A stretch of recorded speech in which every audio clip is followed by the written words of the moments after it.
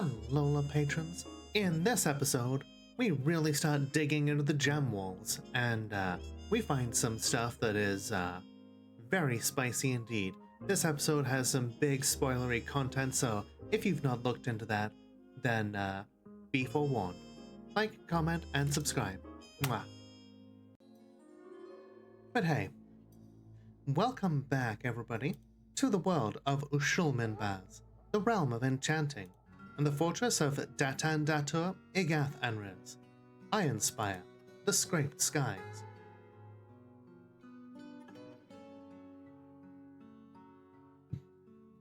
This is our 11th stream of this. I actually did a fair bit of work off stream because I wanted to figure out what exactly was causing one of our squads to get stuck when they went on a raid. Partly it was this jabberer right here. She is stuck on the egg box. And this egg will not hatch because it's not fertilized. So, easiest thing to do is remove the nest box. That'll cause the jabberer to leave, and then the squad can finally go out on raids again.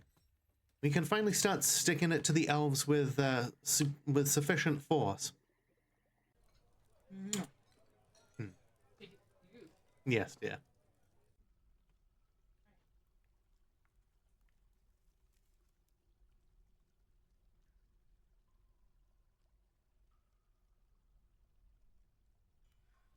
When you feel the, yeah, like that's definitely one of the big motivators for me as well, Tara. Oh yeah, other good thing.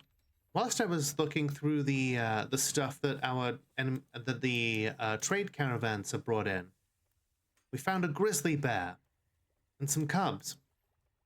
So, oh shit.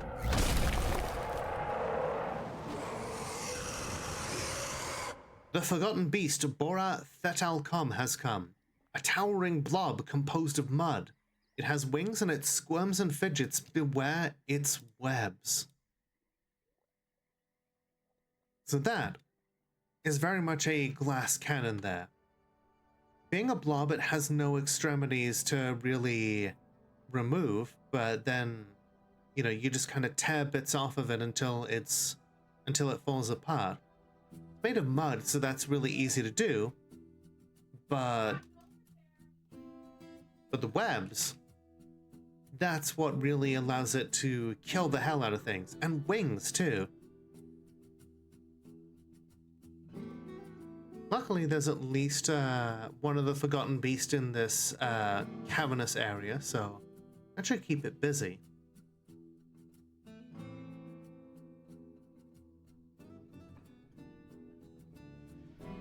Something has emptied a cage. Oh, this thing must be going after a gremlin it can see that we cannot. Yeah. Potentially. You're freezing, but the forge keeps you going? Excellent. Well, the forge of battle for certain, Starfire, because you lead up the Labyrinthine Helms, one of our squads. Speaking of which, we're going to send them out on a raid to the Dark Elven Fortress of Spider Sweats, along with the Rainy Merchants here. We're going to openly attack them. It's time to start reducing the elves' numbers. We're going to do it in style. And yeah, the forgotten beast, my mother-in-law.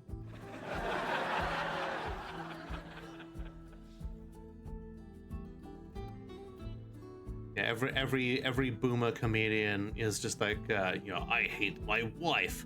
Ha ha ha ha. Why did you get married to her then?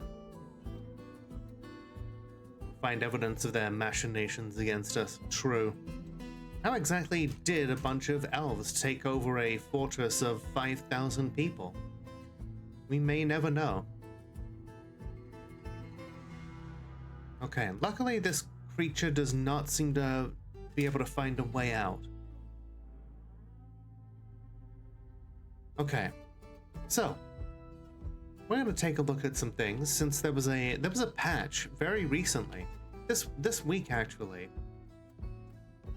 It added in some really cool quality of life updates. For one thing, any newborn that emerges from an egg now gets assigned to the same pasture as its parents, and that's huge. Like that's incredible. That's a quality of life update that I've wanted for years. Like literal years. Over a decade, in fact. They also updated the artwork of some of the creatures. They've gone from being goofy to being kind of serious now. Oh shit, we've got a ghost here that needs a slab.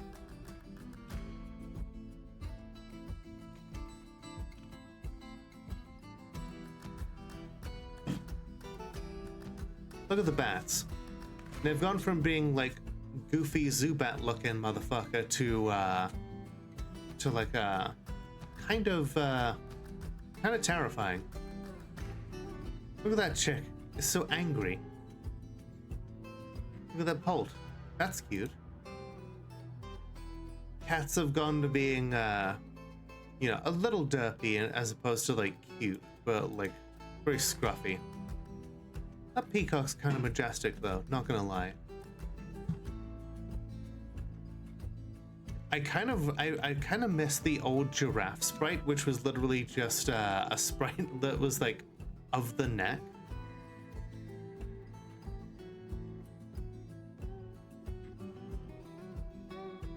Alright, let's get these new smelters and forges built.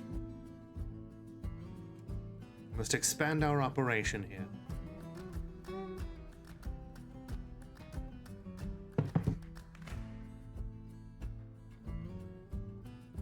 Neck and head, or just neck. Basically like the top of the shoulders and then as much neck as the portrait could get in.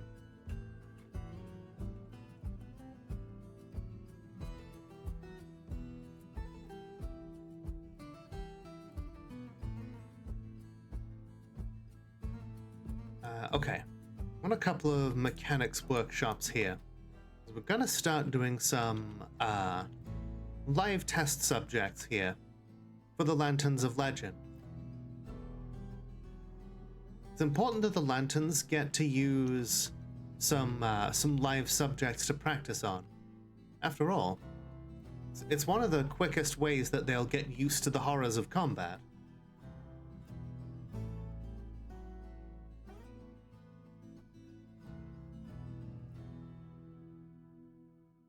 Okay, make battle axes. Okay, we've got a work order to put those in. We're also making hundreds of more stacks of bolts because we're gonna need them. We've got a nice corridor set up here for the gem wall because if anything comes out of this, if we dig too deep and we end up digging into something that is a demon or something, I want us to be ready.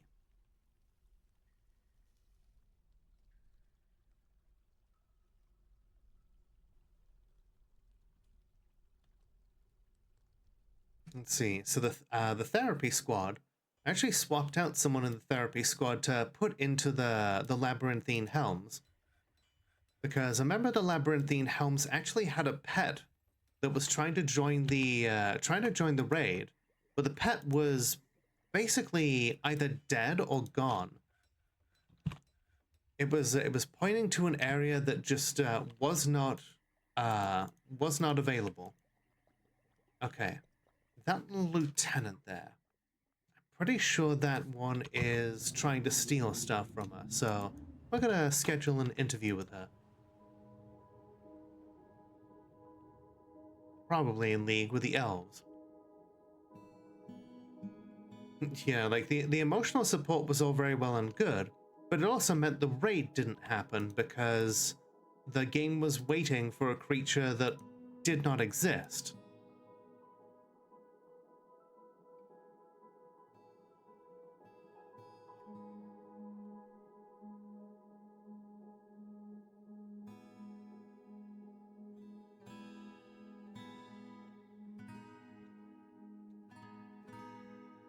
Okay, the merchants are leaving.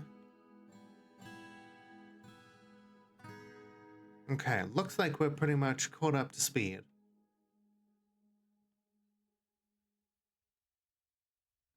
Schrodinger's Battlehound. Yeah, pretty much.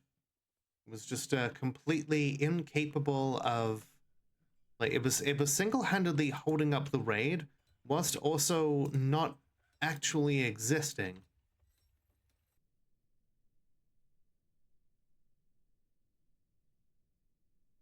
Yeah, we're just gonna dig out this area here, because it's a rich area of like marble and ore and stuff.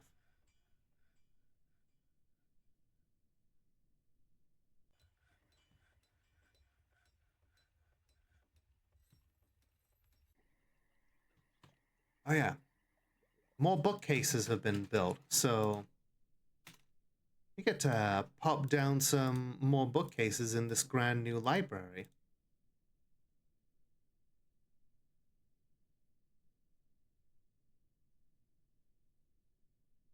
It's gonna be pretty cool. In fact, now we can start filling in these extra gaps here. Hi, Solar Sniper. How you doing?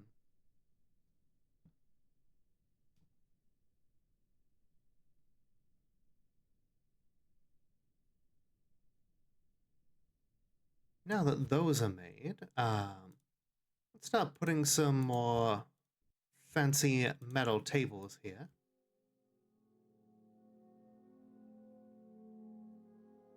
And some cool thrones. I'm doing well, and it's good. Yeah, I'm glad to have you with us. We are sending out some more sending out some more squads to do more raids. Thank you for the headpats.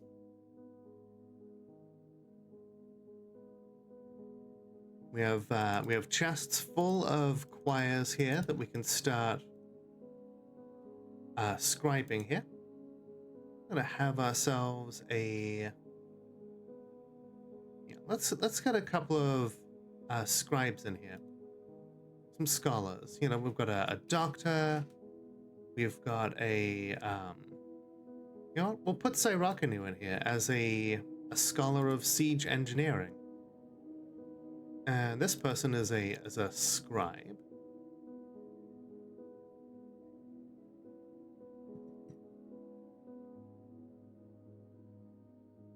Did I have good food today? I did, you know. I had some leftover food from like Noodles and Company yesterday. Today. The food was from yesterday. I had it today. Had the rest of it today.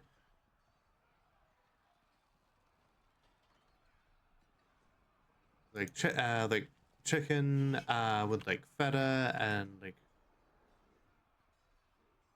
yeah, just oh my god, I am completely blanking. Yeah, had like spinach, like tomatoes. It was good stuff. It was fighting. A bunch of Crundles. Crundles are just a pain in the ass. But look at those derpy little faces. Thank you for being a good little Oh, sub. Hey Sarah. Lola. How's it going? Have I destroyed everything and created chaos? Well, we've certainly had a fair bit of chaos so far, and I think the siege core is going to be very handy once we start attacking the elves more, because people are people are going to need strong siege engineers, you know, skilled users of ballistas and bolt throwers, because we're gonna get a whole bunch of we're gonna probably get some real repercussions, some reciprocity here in hostility. We have invoked the Scrungly dude. Very well.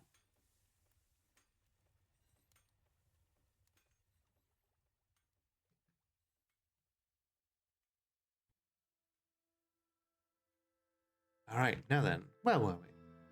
So it looks like the military has returned from their little raid. Tyrus led the attack. A Wren woman led the defense. They were outmatched. Striking down some goblins, some Wren women, an elf. Clashed with 312 goblins and slew 10. 10 more goblins, 7 more goblins, 18 more goblins, 20 more goblins dead, 7 more, 10 more. Whoa. We are cooking with charcoal here. That is a veritable slaughter here. Our dwarves and jabberers just together tearing their way through our enemies.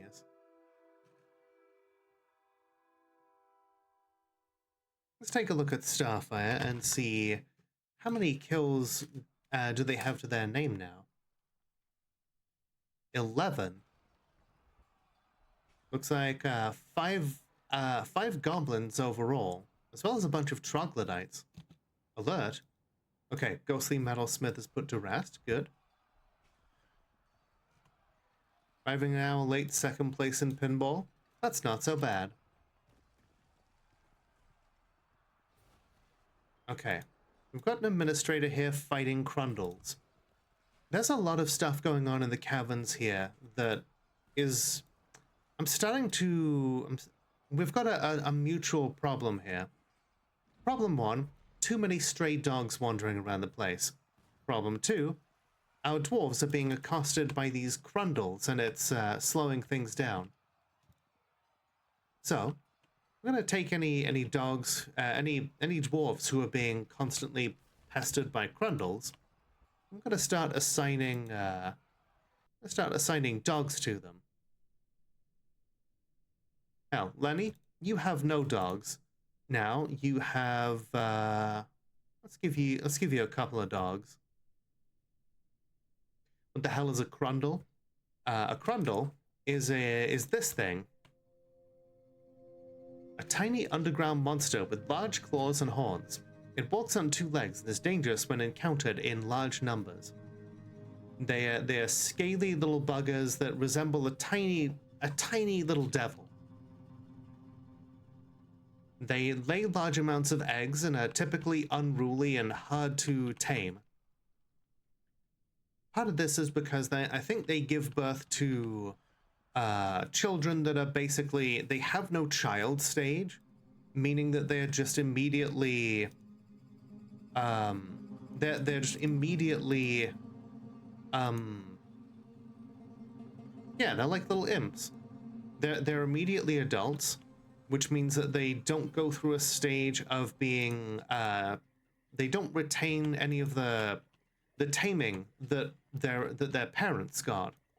Meaning that any children will just keep going back to being basically feral.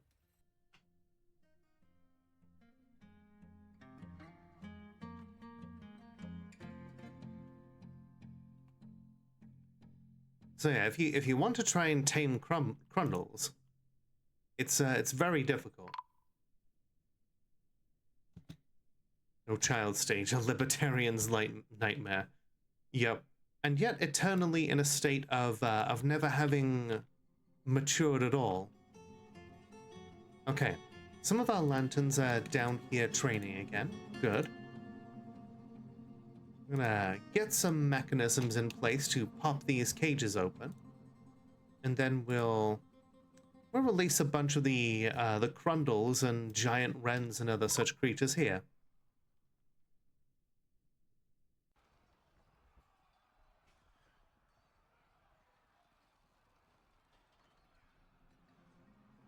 Yeah, Crundles like to scratch and bite and generally be a nuisance. This peasant here, probably going out to do something like useful peasant stuff. Give him a couple of dogs.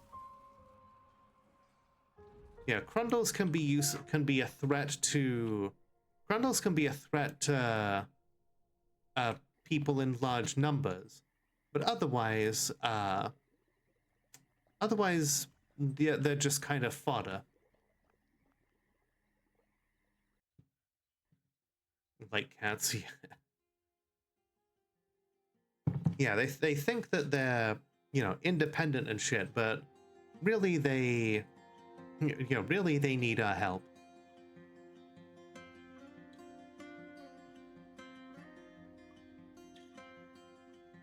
We're making a whole bunch of more copper bolts here. Hi there, Brazen. How you doing? Is your dwarf still alive? I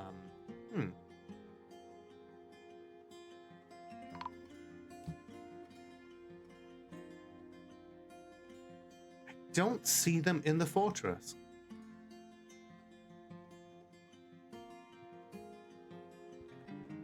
They are not amongst the dead.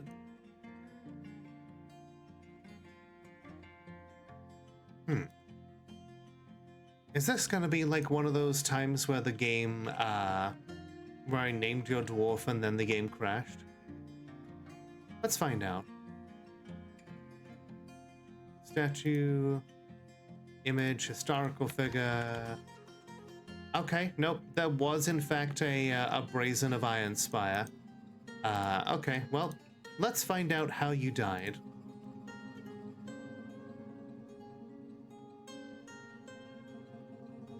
Your remains have been entombed, so...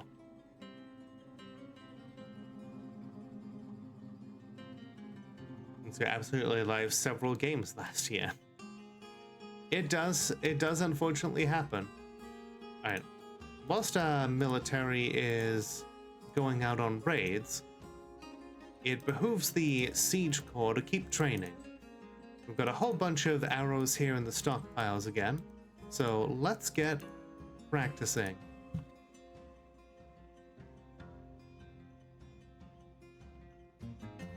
Oh fuck, you locked in? What does that mean, Ash?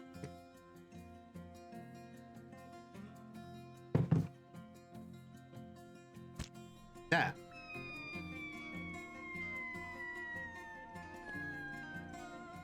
Quick!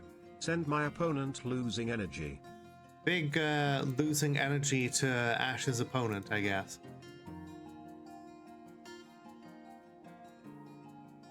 I've got a lot of books in here. A lot of choirs, too.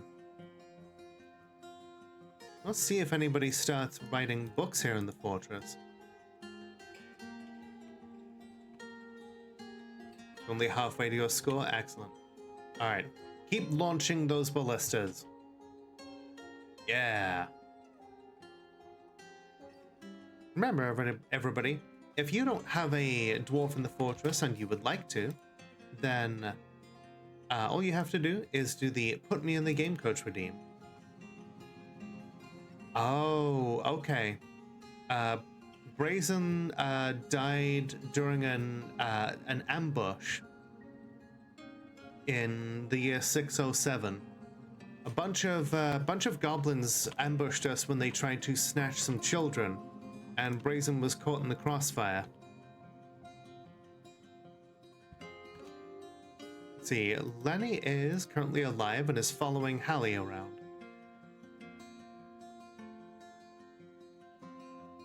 Goblins happen, yep, and we intend to happen to the goblins at some point. But you know, our countess, in her wisdom, has decided that that the elves are a bigger threat, and so until such time as she decides that the elven threat is past, we're gonna keep going after the goblins. Gonna keep going after the elves.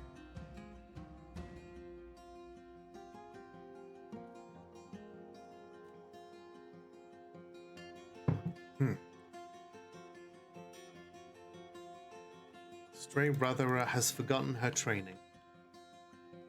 Let's see, how many Crundles have we trained up? Okay, so there's only one reason that I'm training up these Crundles. It's so that they won't freak out and start fighting back when we take them to be butchered.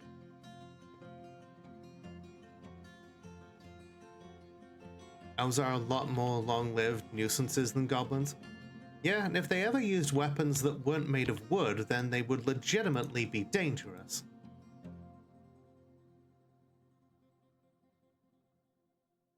Okay, you know, we've got a lot of silver and copper.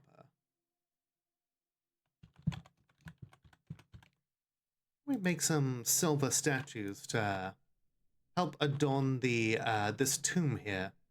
This tomb is going to be used for our new queen, Mebzeth Cadolmilol, a local to the fortress, one who took over the throne when Lightast, the previous queen, tragically met her end by standing directly in front of a ballista whilst we were doing training exercises. Could have happened to anyone, honestly. Also, I know the Defensive Guild, a siege operators guild, has been established. What a perfect name for a guild about siege operators. Once upon a time, the founding members of the Defensive Guild met in secret, you know, away from the main area of the fortress. They plotted ways to defend us. They figured out new designs for siege weapons that would keep us safe. Grandpappy died in the Battle of Blood Coal Hills. Really? The one 400 years ago? If it was one of the short ones, you bastard. But yeah, I feel like we need a better guild hall for them now. Something that's out in the open.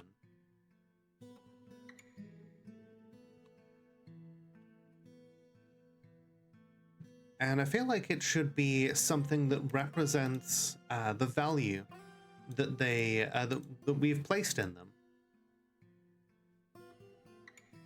We've got a lot of platinum. We've got plenty of steel. We've got gold and silver. We've got iron. Why not make this a guild hall worth investing in? Why don't we make this a guild hall that people will agree is grand indeed? Okay, you know what? We'll. This is the site where we test our weapons in secret. This is our original Siege Operators Guild Hall. We can do better.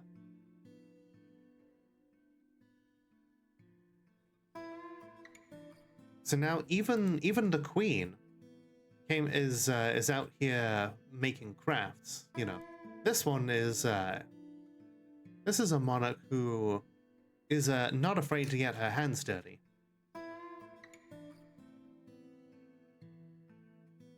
Make it ballista shaped. You know what? You're so right. We can do better than that. Oh, Archangel of Ironspire withdraws from society. Let's see. Secret of Mood. They're a talented furnace operator and armor smith, but they're a legendary bone carver. Something tells me they're going to take a crafts dwarf workshop then.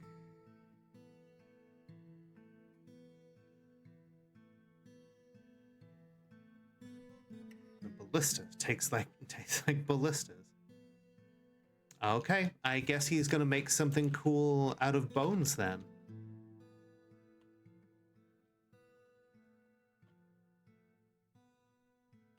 You know what? This was going to be our site originally. Why don't we set our sights a little higher? Why don't we do ourselves and the people of the defensive guild? Why don't we make it a little bigger?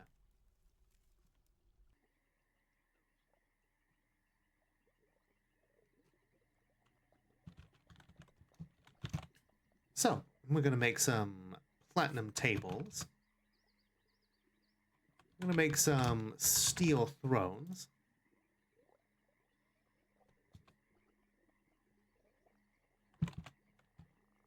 Make some silver statues.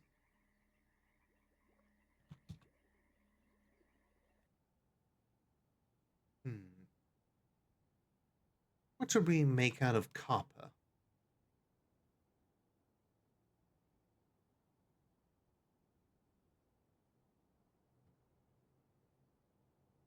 You can make some copper, not altars, pedestals.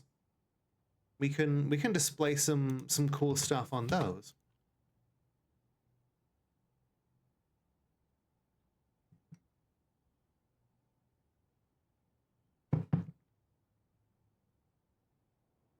Looks like our brave soldiers are returning home. Once again, 0 casualties.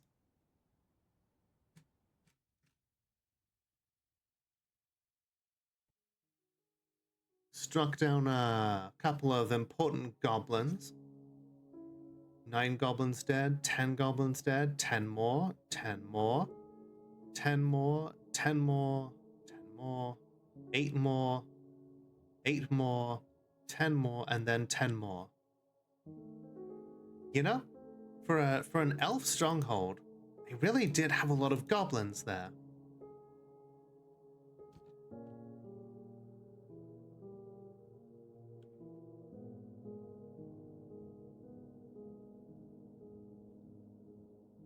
Once again, still amazes me how the elves managed to subjugate a bunch of goblins.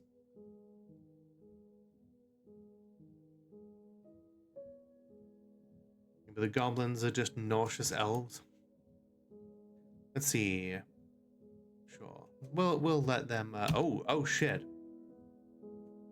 Okay, nope, we're fine. We're fine.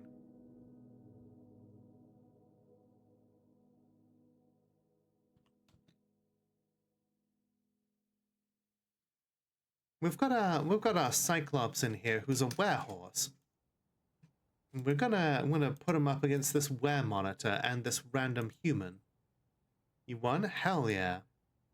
Okay, the defensive guild now wants a guild hall. We're working on it. You won a book of ugly medieval cats. Holy shit, that Cyclops in the form of a werehorse just murdered both those creatures in like no time.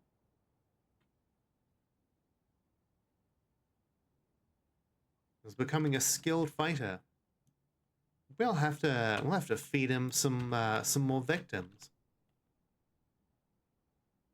Speaking of feeding people victims, let's get these mechanisms linked up, shall we?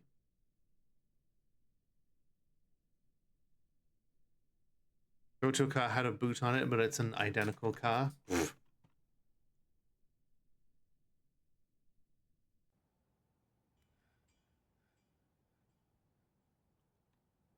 Okay, Archangel has begun a mysterious construction. They have picked out a lot of stuff.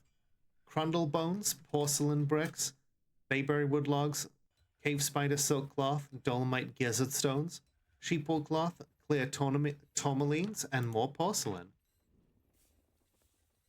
Alright, looks like all of the different ballistas have exhausted their stockpiles, so we'll set them all to load and then wait for them to go back to like fill up the stockpiles again. Smiled and waved and they flipped them off. Damn, are you in you in New York?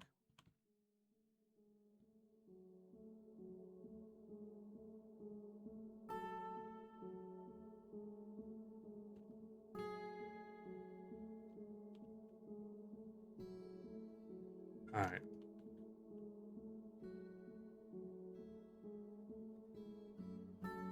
Usually people in Richmond just smile and wave back with that "do I know you" look.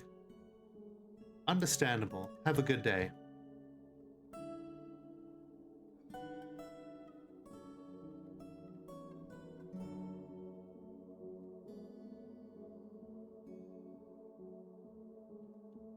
Alright. this grand guild hall here. I'm gonna get it all smoothed out.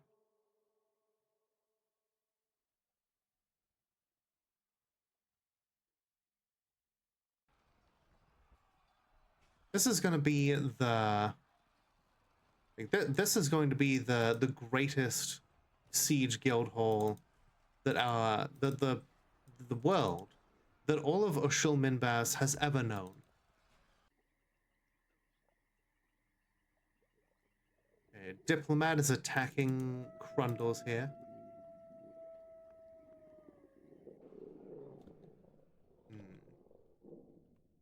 I don't know who these diplomats are from.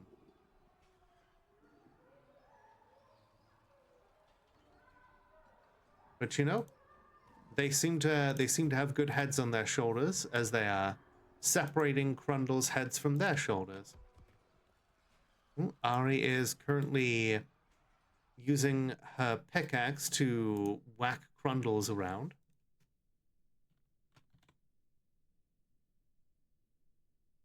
She's got a couple of pet dogs.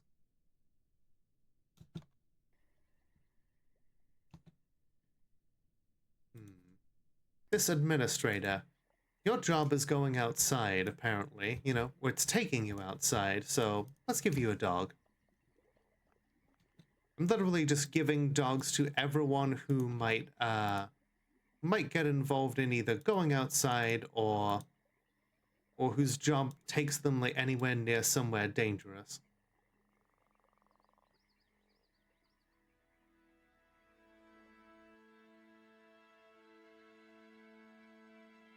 Okay, we appear to have exhausted our supply of dogs.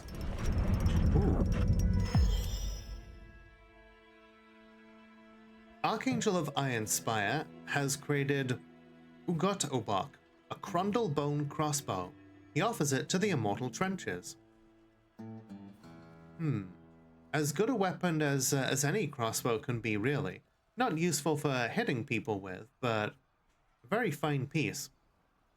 It is decorated with bayberry wood and cave spider silk, and encircled with bands of oval porcelain cabochons.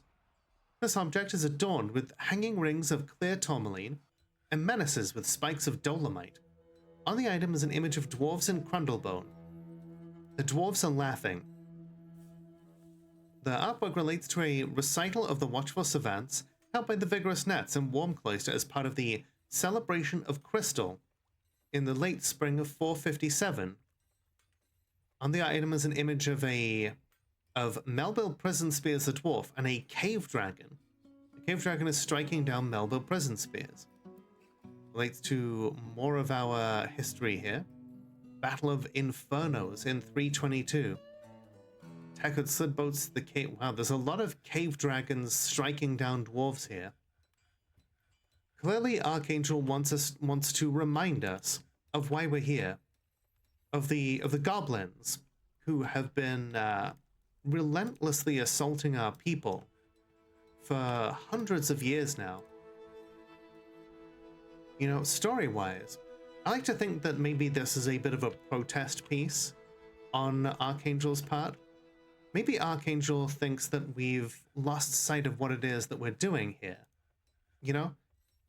Archangel thinks that we are wasting our time, that we are obsessing over the elves, when our true purpose here was to take down a lizard demon who, you know, who wants to either enslave or kill our people.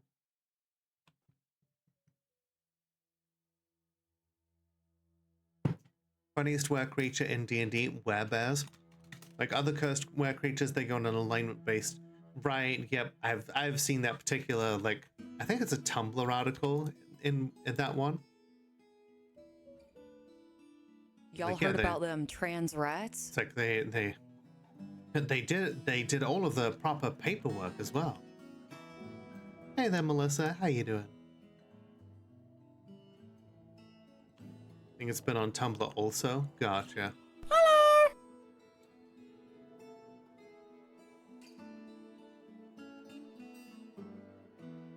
Lizard, lizard, lizard.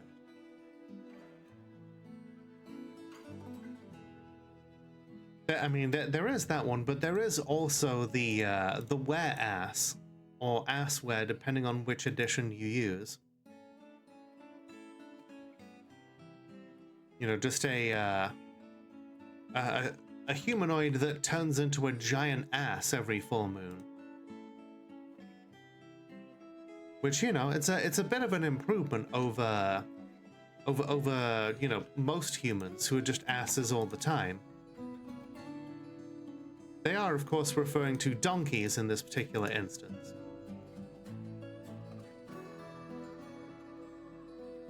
In first edition, though, they referred to them as the assware because they wanted to be contrarian, I guess, and put the were and the wolf the other way around.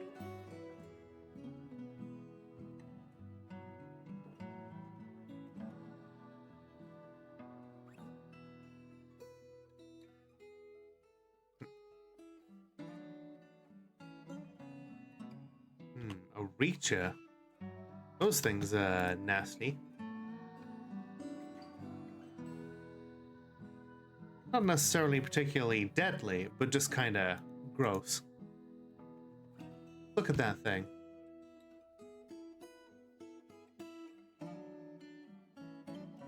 Weird and predatory and just trying to grab people and take them down into the water.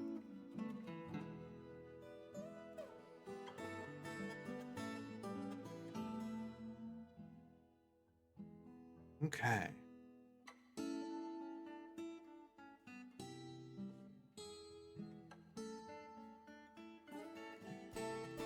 Our lanterns are currently busy training. How are they? We've got them dabbling. Some of them have some already, like, useful skills that they can refine. But for the most part, they're not exactly great. They have yet to earn their title of Lanterns of Legend.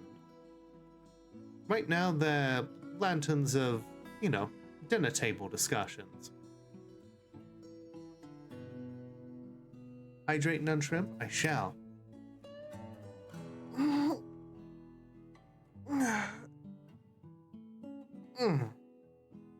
Ah.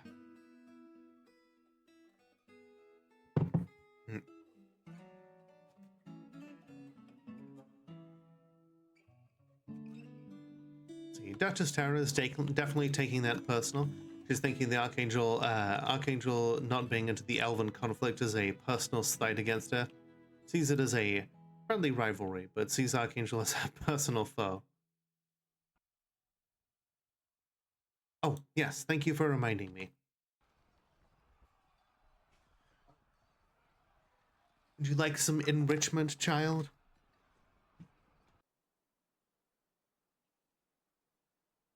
Let us provide enrichment to the kitty. Oh my god. Something being stolen.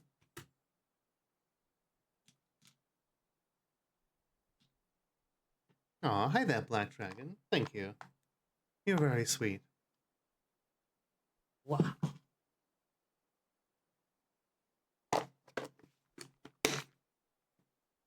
Let's see. Noxam Sokan. Okay.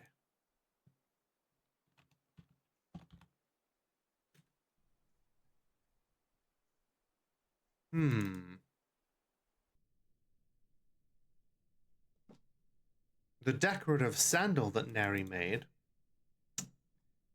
Well, let's see.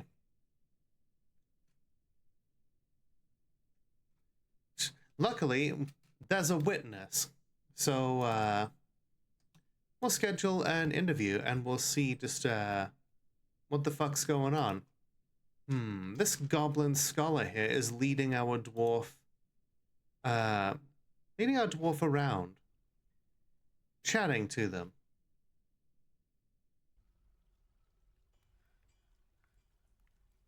Trying to find somewhere secluded where they can make the trade-off.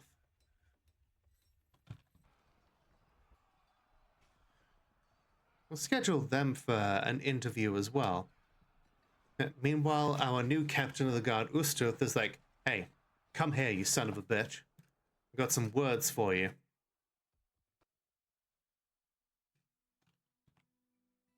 Shit. Thank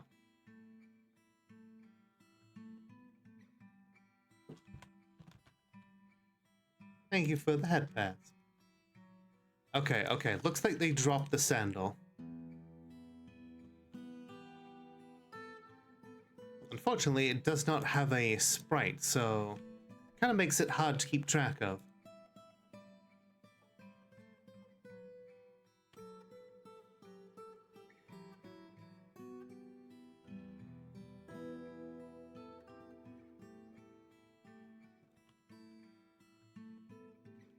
Yeah, our library is looking really good.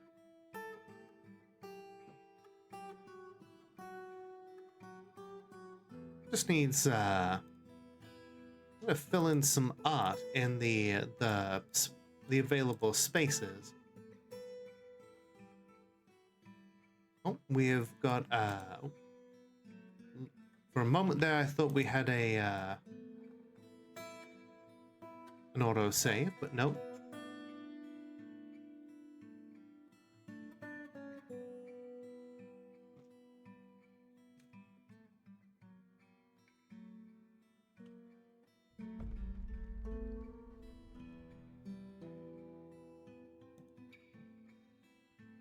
We've almost got this whole area smoothed out. I know, Kitty's getting attention and enrichment. Yeah, how you doing, Black Dragon?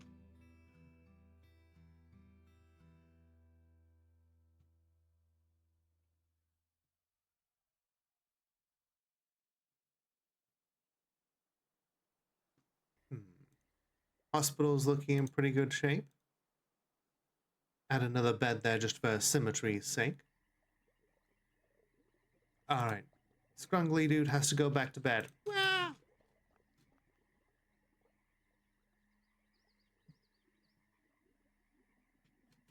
Alright. Let's see.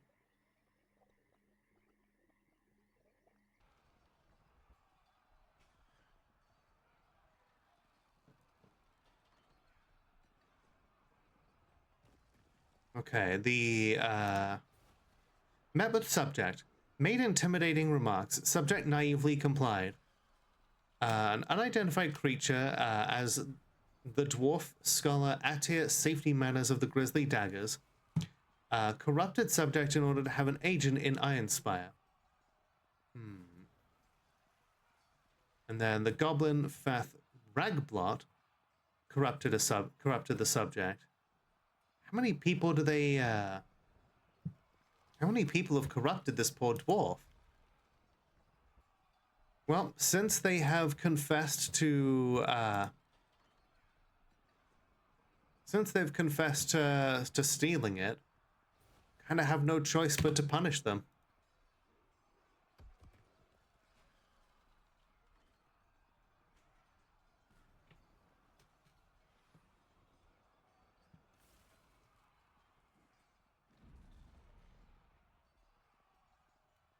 Okay.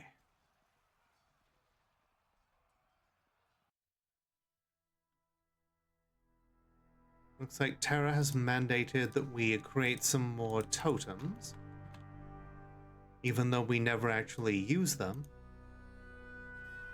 And the Queen says to make more battle axes.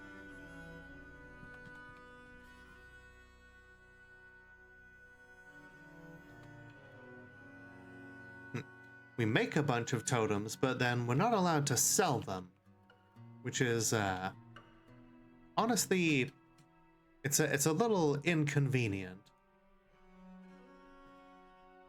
Just loves having skulls on sticks, you know?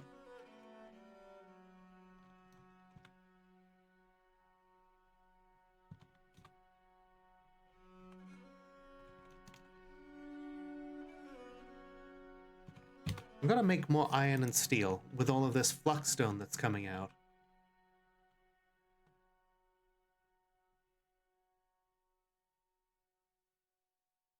And you know, I don't know what the hell is gonna make its way out of there.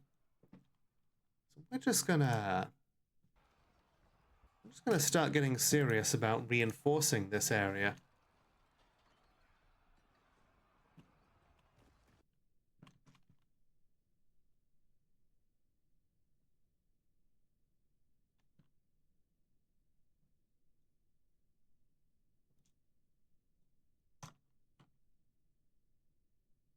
Where is the toad? The toad is...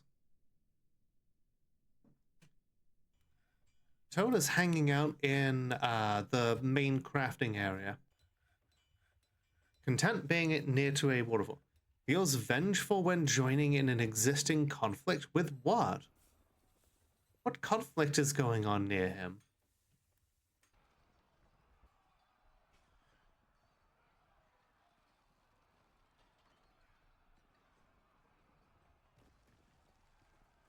Kill Toad, kill. Alright, let's see what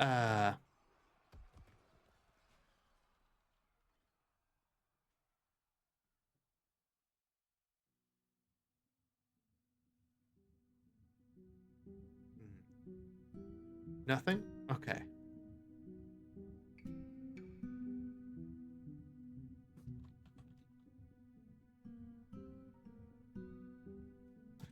Looks like that goblin, you know, ran away since they didn't get to steal the thing they were after.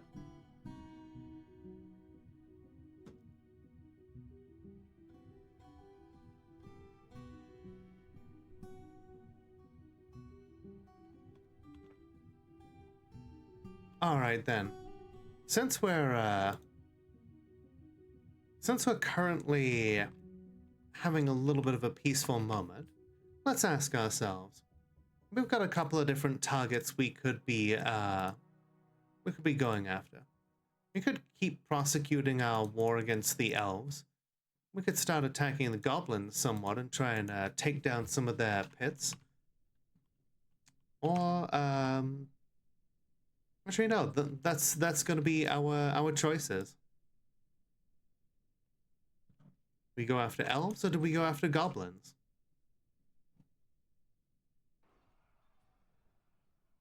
It's totem. That's pretty good.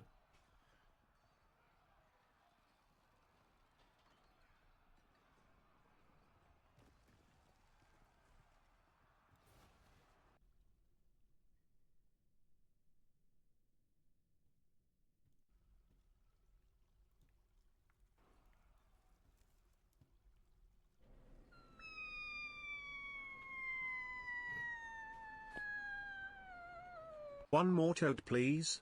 One more toad. Very well. Okay. So Lenny is a male. Okay. Hang on.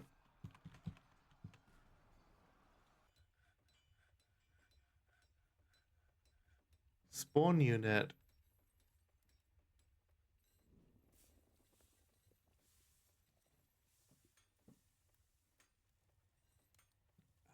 Okay.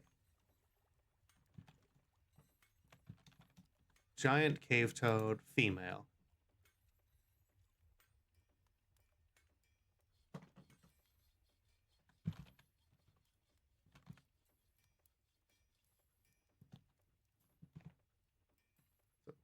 Tame set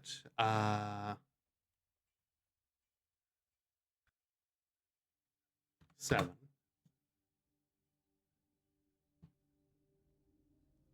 Okay.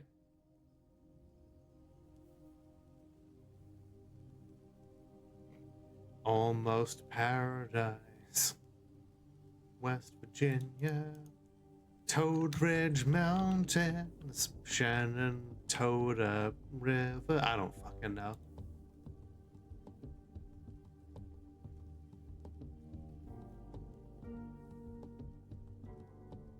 Been spending most our lives in a giant cave toad's paradise. I eat my feet once or twice in a giant cave toad's paradise.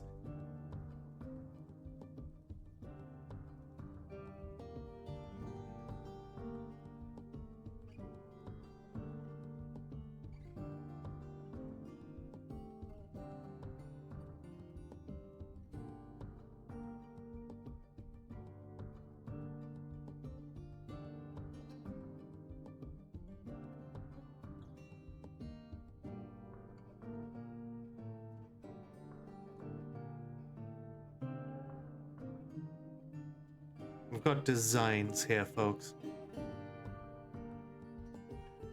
have thoughts about how this is going down.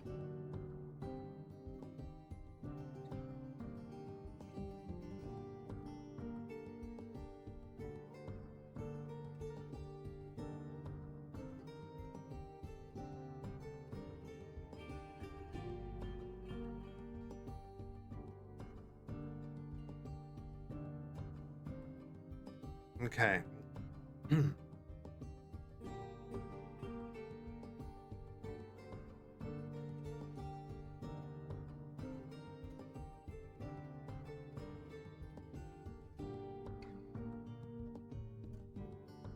The Defensive Guild.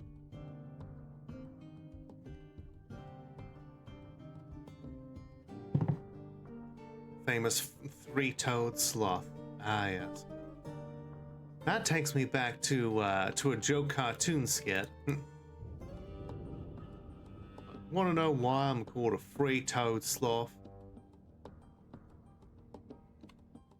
And it was this whole thing about a toad who they were called a three-toed sloth because they ate leaves that that go right through them, and that that instead of using like toilet paper, they would find a toad and wipe their ass with it and then set it free.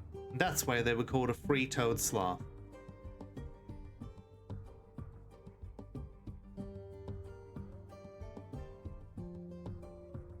People who say that the internet is weird now do not know about the asylum in which we were raised.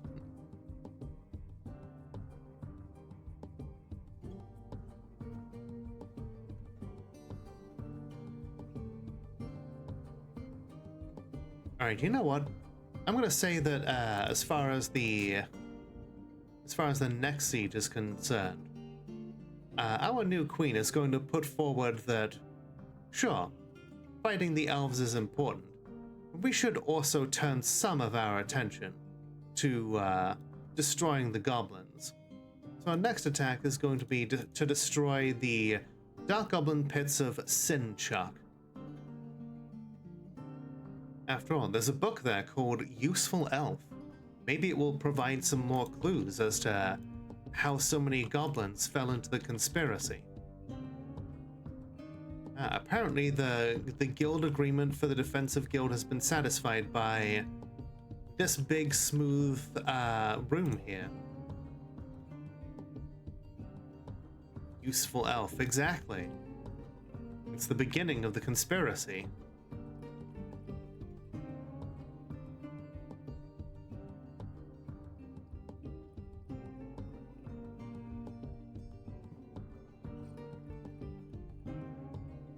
It's an elf help book. Very good, very good.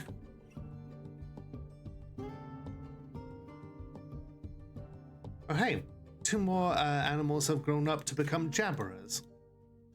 Excellent. More murder birds. Join our ranks.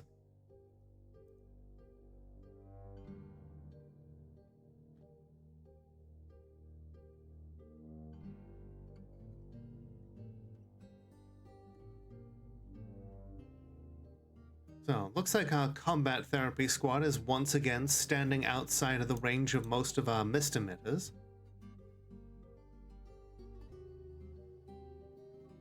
We're going to purposefully order them to move over to the waterfalls. Yeah, just kind of sit there. Uses for elves. Number 376. All natural plant fertilizer. There we go. More satisfaction. Yeah, these dwarves, I think most of them might actually be okay now. Sure, Doran here, kind of stressed. Hallie is looking quite healthy. In fact, Hallie is ecstatic. You know what? I think she has earned her way out of combat therapy. All right, Brazen. Have a wonderful night, and thank you for being here. Alright, you there. Aiden, you are at a stress rating of like 17. Get your ass to combat therapy.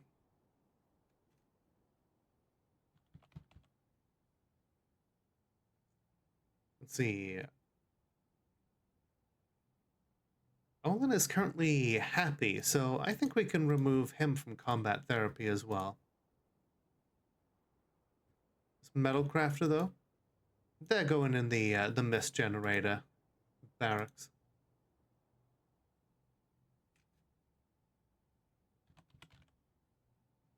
Let's see. Godin is currently happy. Yeah, let's get you out of there.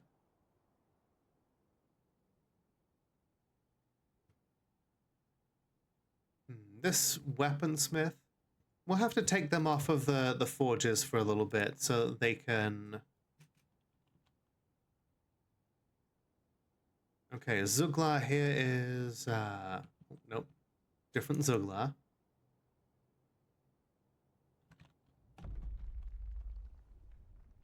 Zuglar is pretty happy. Remove them. Pop in this beekeeper. Okay, Doran is still stressed. We'll keep them in there for now. Honestly, I think combat therapy has been very helpful since we've had access to just so many like amenities. All the different clothes that they can put on, the finely crafted weapons, the different variety of weapons that they and like armor that they can use, the mist generator all working together. It's a perfect synergy.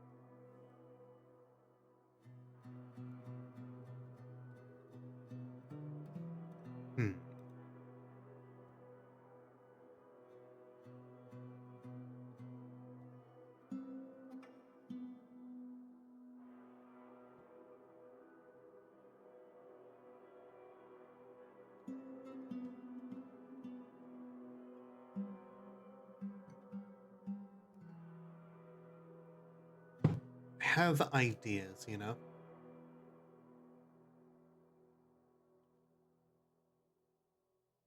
Looks like one of our chefs has created a crundle meat roast. I suppose when we're slaughtering this many crundles, you really just kind of have to, you know, you just got to do whatever you can with them.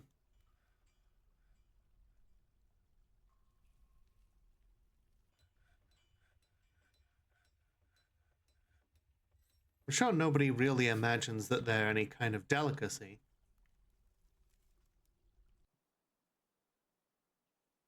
But, who knows? Maybe we'll even find a way to sell some. A dwarf scholar necromancer. I don't trust them.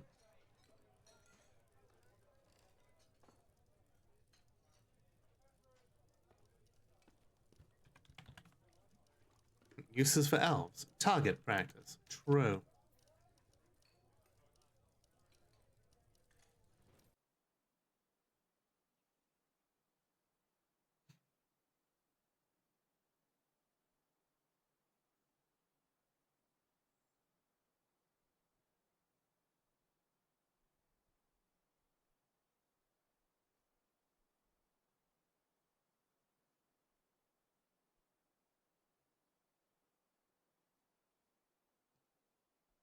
Start getting some gem windows in here. I mean it when I say this is going to be one of the fanciest places in all of Ushul Minbaz. No more encrusting furniture with gems.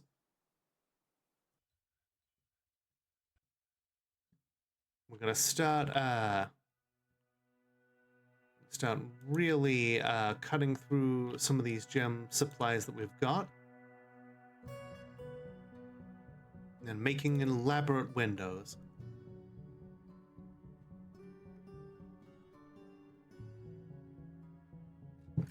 Or your personal favorite, mind that one block that will absolutely kill you so you can giggle. Or, you know, you can force them to cut down trees so that they get stressed. That's pretty funny.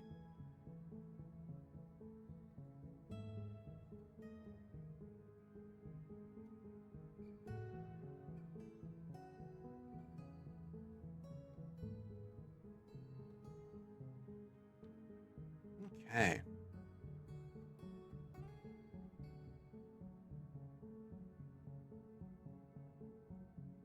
A couple of steel doors in place here.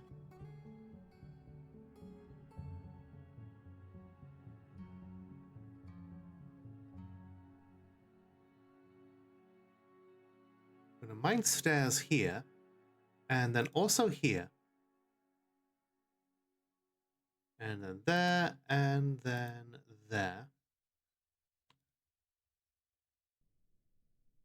And these are going to be ways that we can have people go underneath these fortified walls.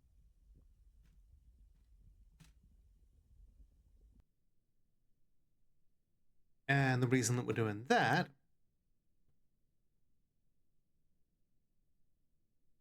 pillboxes. If anything infernal makes its way through this corridor, we'll have some good siege weapons here to start launching shit at it.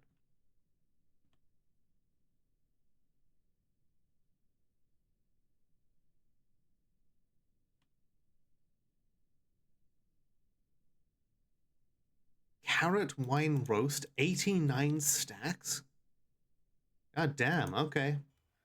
I think we've got plenty of food for the time being.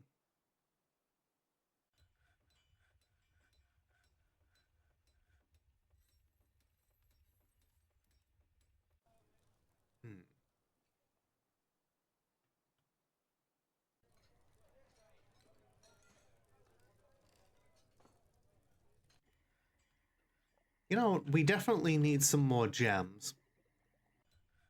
What better place to find some gems than in these vaults?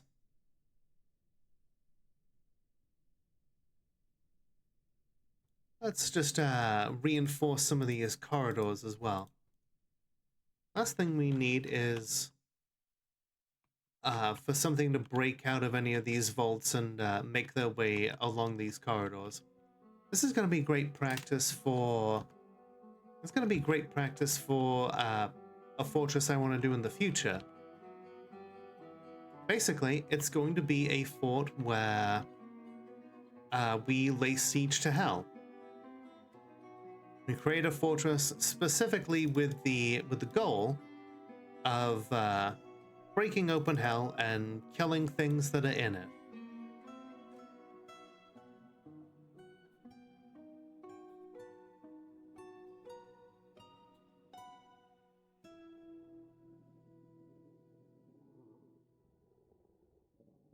I even have a name in mind. Okbod Tharnas. Doomslayer.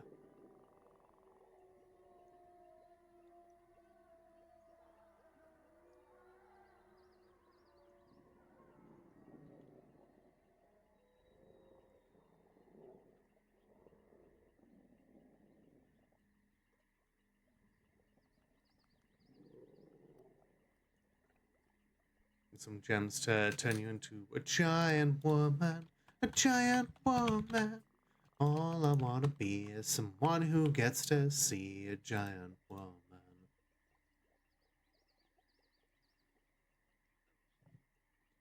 Oh, it'll be great, and I just can't wait to see the person you are together. And if it were me, I really want to be a giant woman.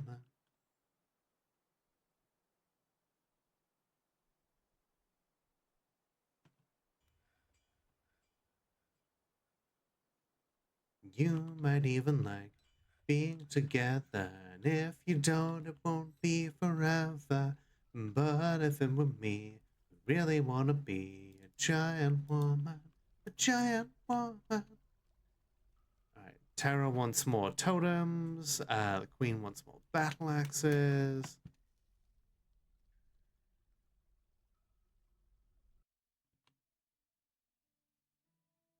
Nothing new there.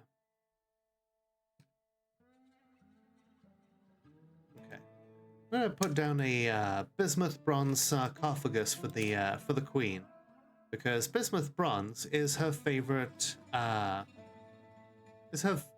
favorite material. I was gonna put a bunch of cool statues in her tomb, because who wouldn't want cool statues in their tomb? Got a whole bunch of porcelain statues because of the vast amount of kaolinite we've been using, that we've been mining, harvesting. You know what? Yeah, just rows upon rows of cool porcelain art.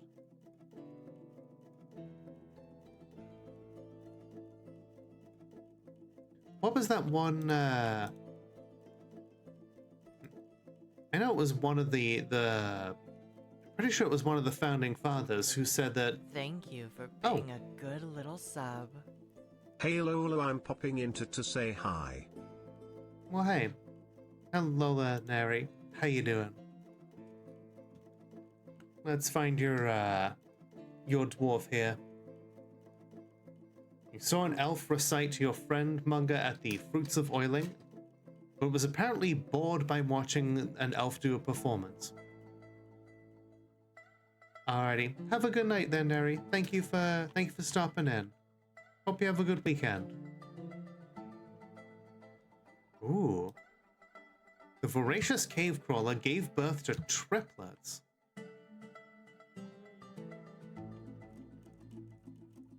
I think they become adults. Okay.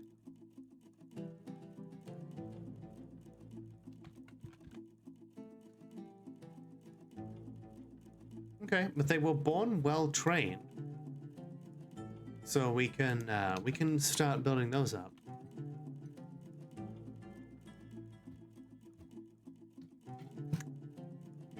Yes, indeed.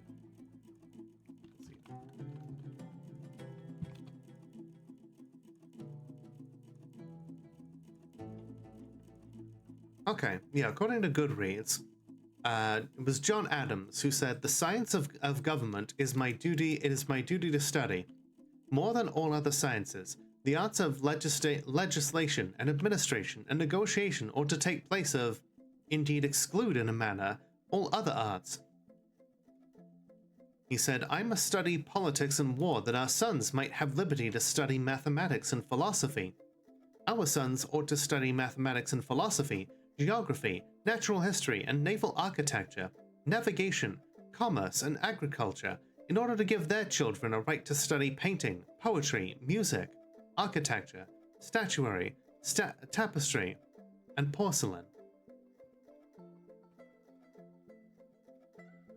Yeah, John Adams recognized that, but yeah, wanting, it's not a bad thing to want to achieve a more peaceful society, to give your children, different and better opportunities than you had. Make sure your children have a better world than the one you created, or the one that you found yourself in.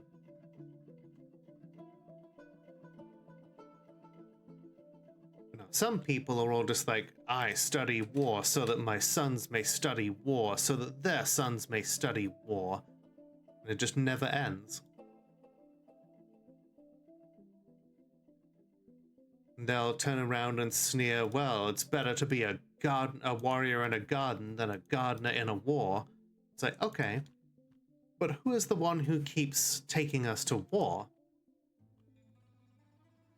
Who is the one that sees war everywhere that they look? It's going to be the warriors. The Queen Mebzoth Kadalmelol is satisfied with their position here. Everything is properly royal, properly furnished. And yet, a true mountain home must have a true throne. And a true ruler requires 7 symbols, symbols not of this world. Mere steel will not suffice. Deeper. We must dig deeper. Here we go. This is the real end game of Dwarf Fortress.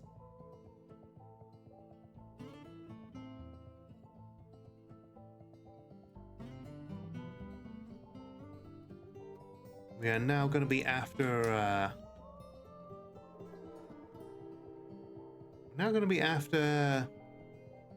the adamantine.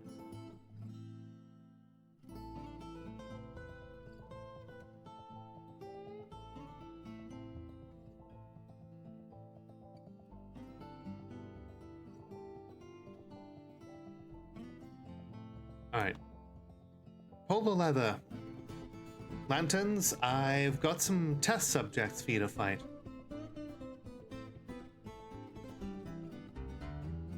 Finish your writing project for tonight? Hell yeah! I'm really happy for you. All right, so we led the attack on Sinchuk. The defenders are led by Damsto Blood Plagues. Okay, looks like we lost a dog. But then killed a goblin, elf, Damsto Blood Plagues, goblins. Ooh, looks like we slew all the remaining goblins, and then we started just seizing books, including the book Useful Elf. Excellent. Then we should take a look at that and see exactly what kind of book it is. Also looted some treasure. A unicorn hoof scepter, a big dog leather quiver, a silver flail, a slate coffer, and 1 iron great pick, and a slate crown. I'll let you raid my channel any day. Vivi, thank you so much for the raid. For those who don't know me, my name is Lola. I'm the world's only Molotov cocktail VTuber. I checked, and today we are playing Dwarf Fortress. What were you streaming tonight, huh? Lola and Serena, Vivi, Daedalus, Phoenix, Arathamis, Alchemist. Was that my raid alert? Who voiced that? That was the beautifully smooth-voiced Penny Senseless.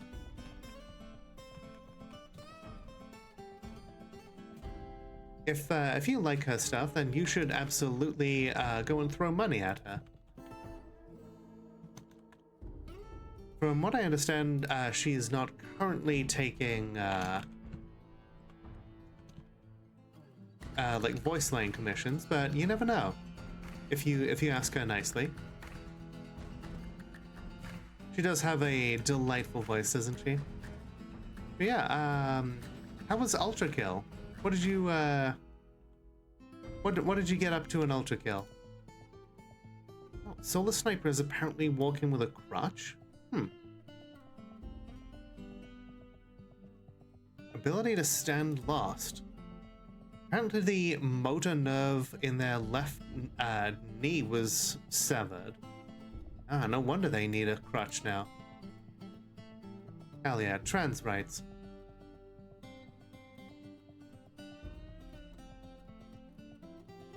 Decided to do impromptu stream, and Jesus, that was overstimulating. Yeah, I've heard that about Ultra Kill. But hey, I hope you had fun at least. Let's see, looks like we lost no numbers there, murdering those agitated animals and crundles. So we can butcher those up into some delightful bits of meat.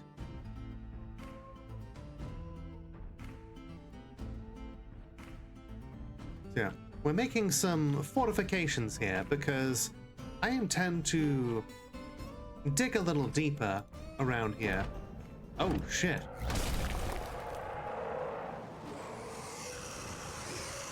The forgotten beast, Arani, has come.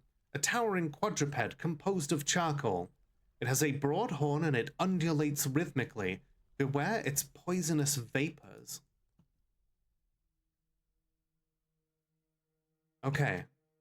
This thing is in the same layer as the blob composed of mud that shoots webs. So this thing has no access to the caverns. This thing has no access to us from this layer of the caverns. We should be fine. This thing can just have this layer and roam around freely for all I care.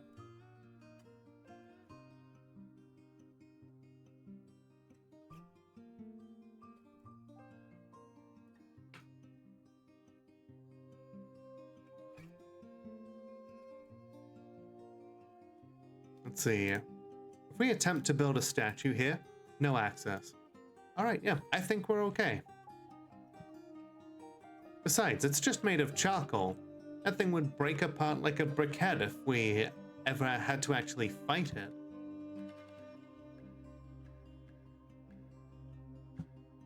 So folks, what is your opinion on the new portraits? Personally, I kind of prefer the goofier ones. They're more thematic. Like any game can make a realistic looking like horse or whatever, but the derpy like goofy looking portraits, that shit had character.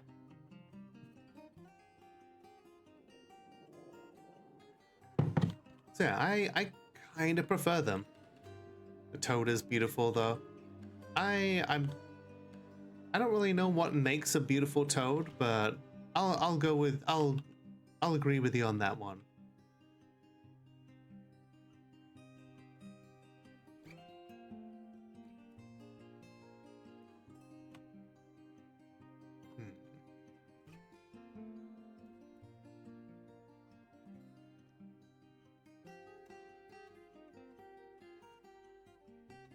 I think I need a model to go off of.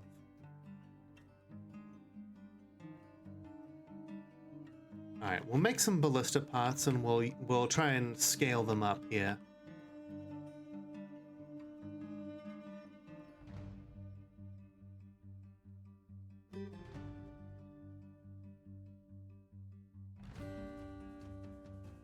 Ah, we've found warm stone.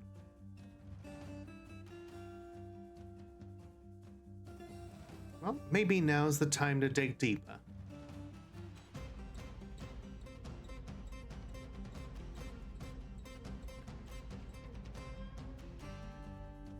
The lanterns are still...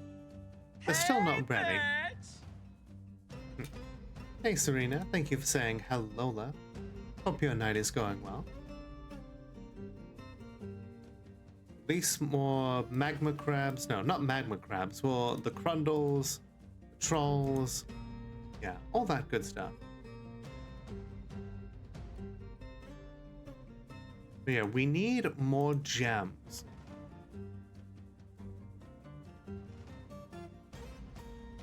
So you know what? Whilst everything else is getting ready, why don't we bring the Iron Guard down here? We'll station them right outside whilst we tap open a few of these little kegs and see what deliciousness waits inside. And we'll do that after the break. So, everyone get up, stretch your legs, grab a drink, do whatever it is you need to do, and we will be right back.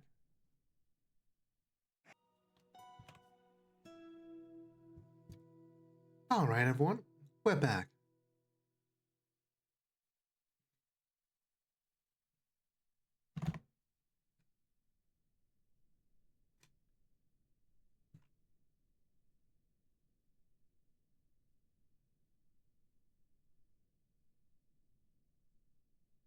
Yeah. ordinary, ordinary steel will not be enough.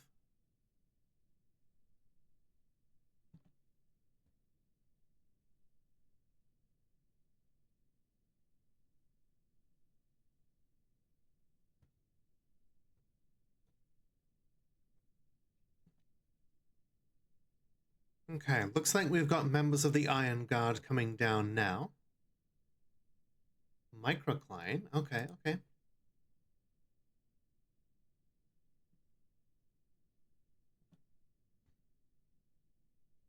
Thank you, Starfire. I hope hope you had a good break.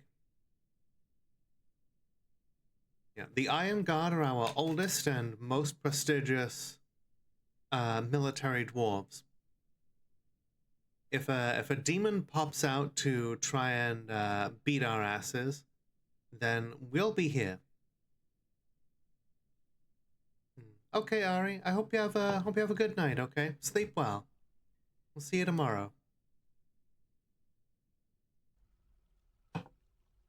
Oh shit! We have unleashed the echo of a forgotten divine retribution. It's a fucking angel in there. Iron Guard, get the fuck into that room. A protected guardian lasher. A very large scaly elephant in humanoid form. It bellows and cheers without pause. Its eggplant scales are round and close set. It was created by the dwarven god the Courageous Persuader, and is a part with fortresses, valor, and war. So the Courageous Persuader is a god of war and chaos. I know this god pretty well. Sure, it's a dwarven goddess, but she is by no means attached to her people. She has not only unleashed multiple demons into the world to start up various different goblin civilizations so that war might rage forever, but since the early 200s, she has cursed numerous dwarves, elves, and goblins with various strains of lycanthropy and vampirism. So I don't think one of her angels is going to feel particularly well disposed towards us. So, let's see what it's got. It's a large creature, so about human-sized. It has a large split pale fabric skirt, asymmetrical pale fabric tunic, some socks, large thin singing metal gauntlets, a singing metal cap, a singing metal shield, and a singing metal lash. You know what? I might actually save the lash. I might actually start up like a squad of lashes. The rest, we're melting down. Go, Miner, go! Iron Guard, today's the day you kill an angel. Oh shit. Oh, this is our mayor. Oh no. Gruesome wounds, begone, fear. Ability to grasp some up. Oh shit, the angel has just straight up broken this our mayor's arm. Okay, deflected by the iron pick, and then chipped the bone through the beak dog leather cloak, which bent the elbow, tearing apart the muscle, breaking the elbow. Oof. Okay, okay. Hopefully we can get in there before the mayor is dead. Wait, where the fuck is that? This thing fell down into the water there. And then, oh geez. Could it reach us down there? Apparently it can reach us down there because it just instantly killed the mayor. You know what? Get the hell out of there. Come up here and fight.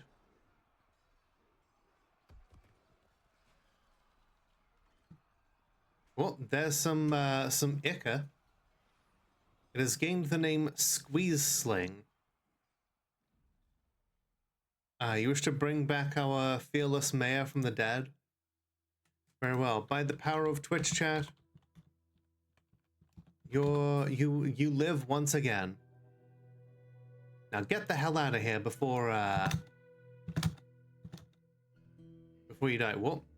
There's a whole bunch of angel guts over the place.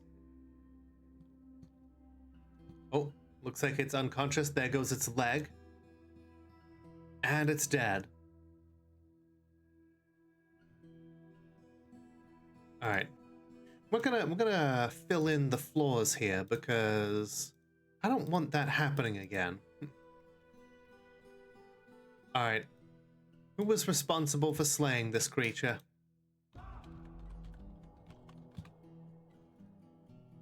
Killed by the dwarf Kulet Nilratas.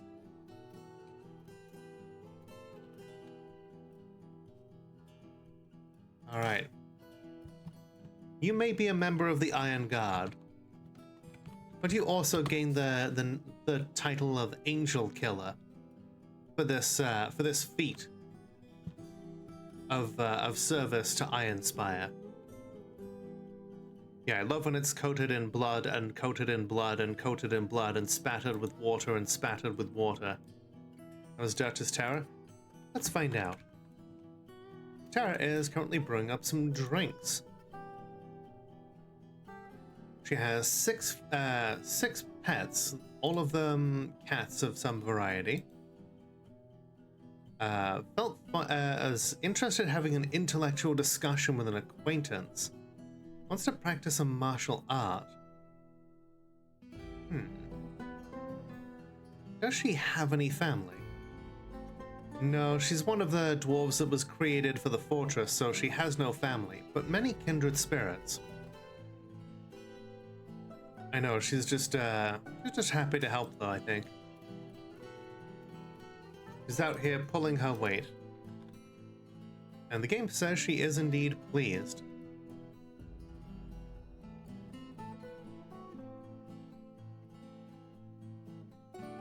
Do kung fu. Oh, look. The charcoal forgotten beast fell down into the hole. And it does not seem to be able to get out. This wall that we built up here, it works.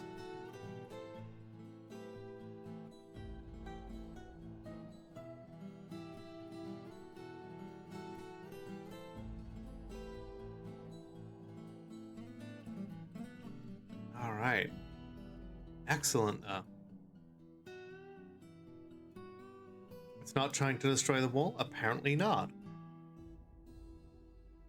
All right. We reclaim all of these items, these weapons, and then we're gonna melt them down. Can you melt shining metal? You sure as hell can.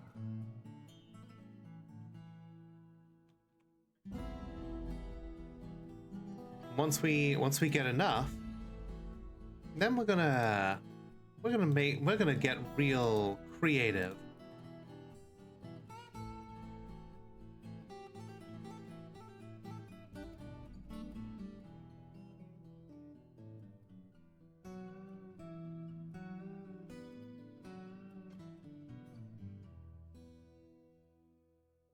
Okay, you know what? I don't think we need more clay statues. We could certainly use some clay pots, though.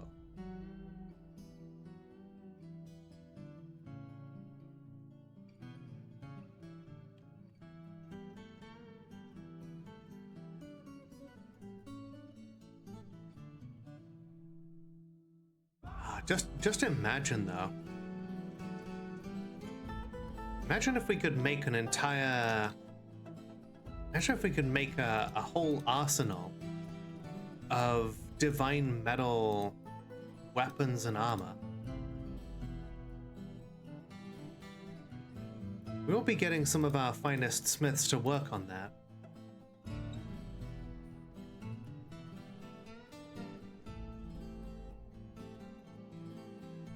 Ah, yes, the classic squash vine pose there.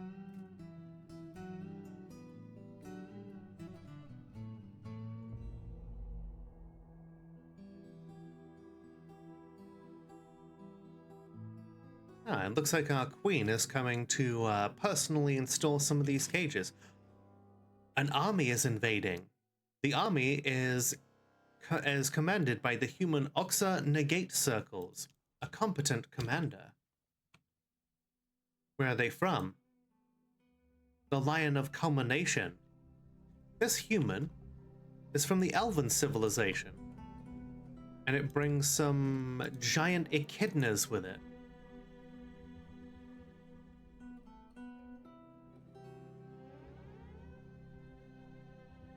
Citizens of Ironspire, make your way to the burrows.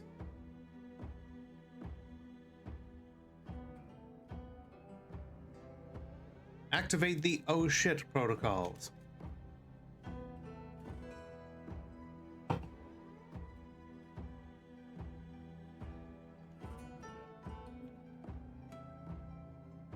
Oh gee, is that oh, that's lagging the game out real bad when I activated the burrow. It's straight up trying to it's straight up like not responding. Okay, we're gonna give it a minute here.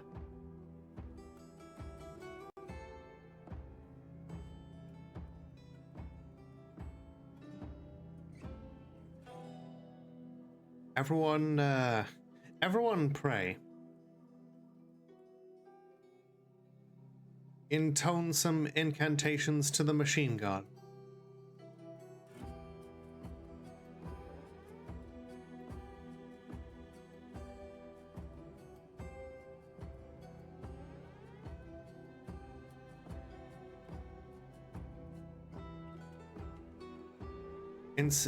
Begin chanting the binary prayers. Burn the incense.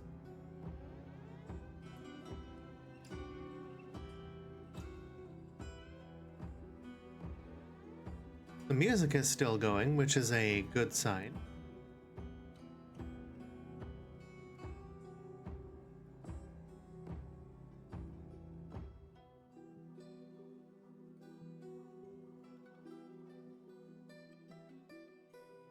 This will be frustrating if I have to close the game.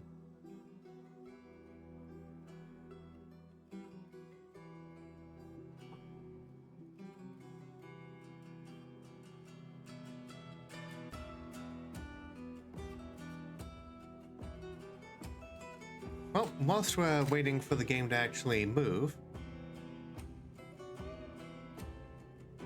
spawn in some shining metal. Now we've got some shining metal. We just have to make more creative uses out of it.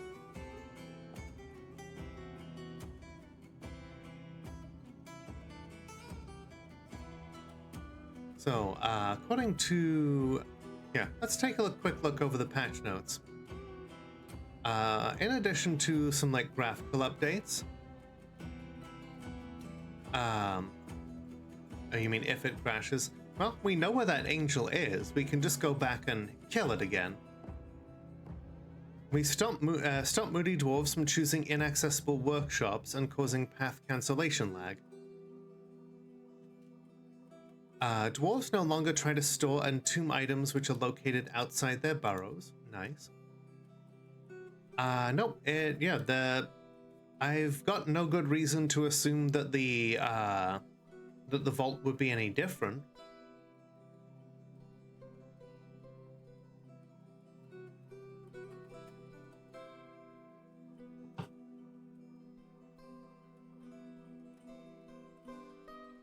Let's see. Stop dwarves with no working grasp from trying to store owned objects. Yeah, that probably caused some real, like, crashes and, like, upset the dwarves. Made armor appear again on many non-sieging units where it was missing. Mothers no longer seek ghostly babies. God, that's a tragic thing. a tragic condition.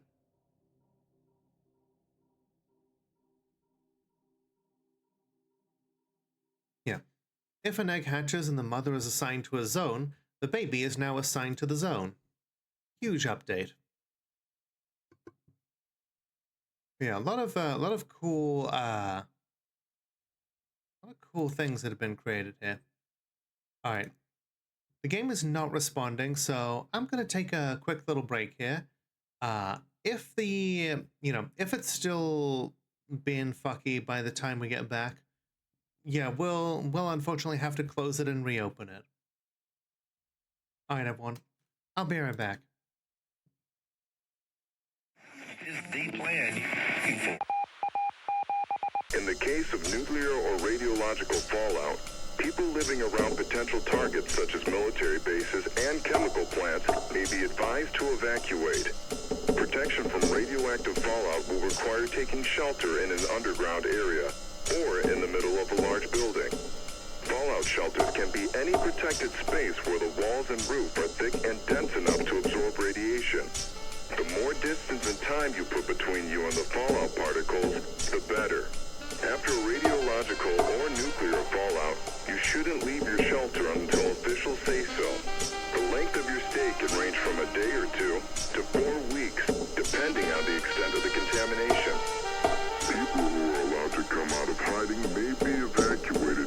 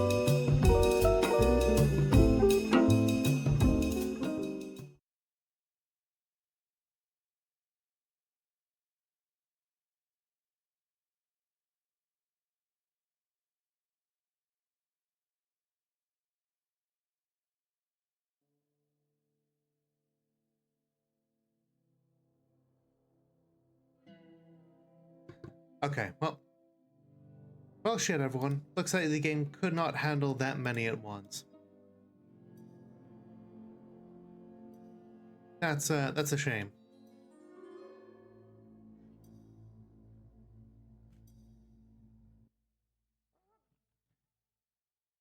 Ah, damn. Okay, okay. Well,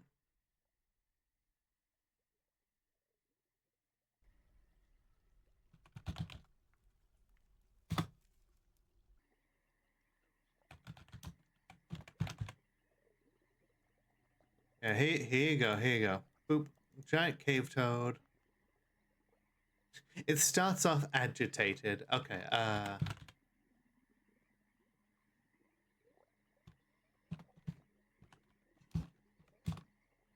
okay, now it's one of ours.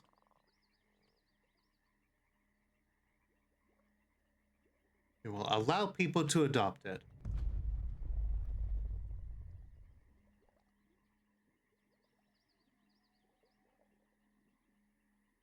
Well, we gotta dig out this area again, but that's okay.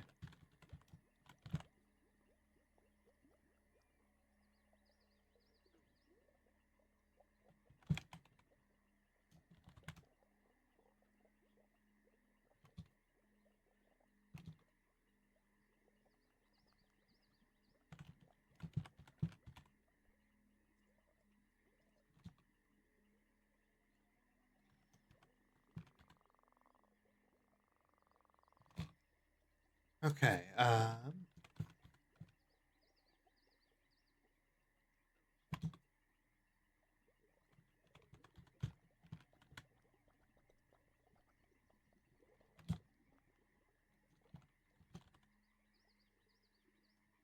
all right, so let's replicate the experiment, shall we? We know exactly which vault the angel was hiding in.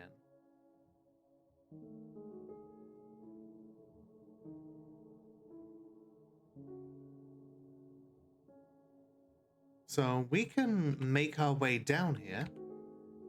We know which one to cut into.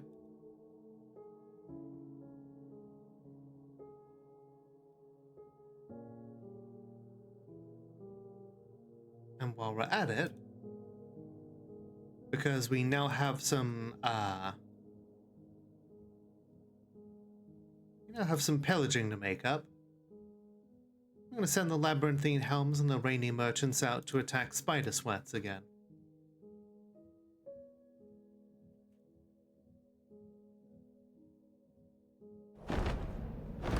Ooh.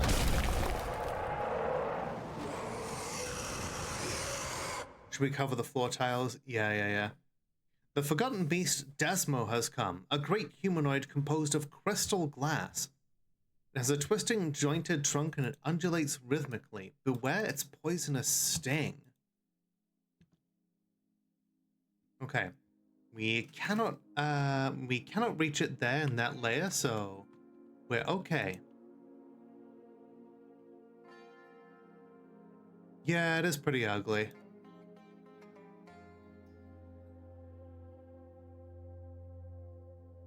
Okay. That's a priority.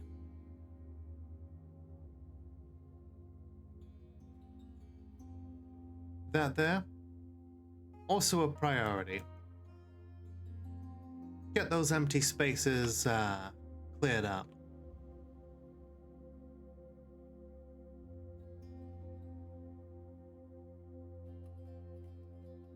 Okay, the Iron Guard are assembling.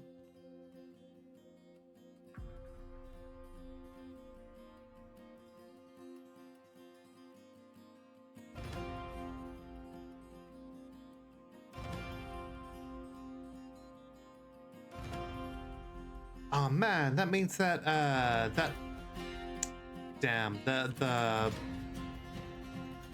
the artifact that Archangel made is no longer there. That's a shame. Well, I guess we'll see what ends up being made instead. Hey Obsidian, how you doing?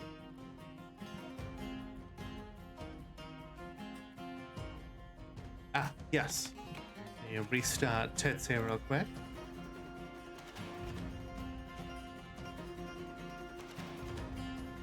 What the hell is that emote? It really is an ugly llama, yep.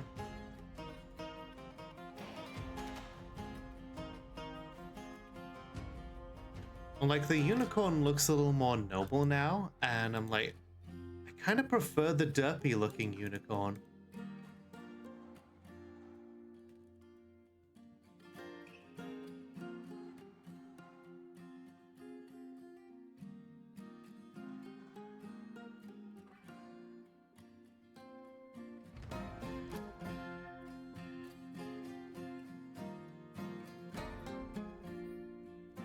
Alright, Iron Guard, move up. I want you to be right there where it happens.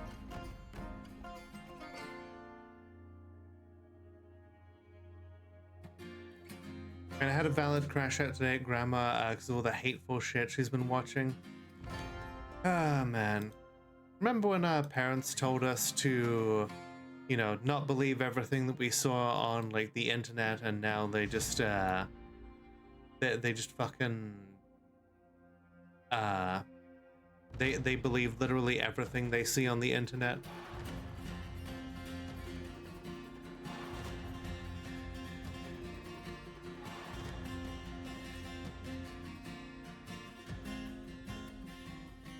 Like, some hateful piece of shit told me that, you know, they're eating the dogs.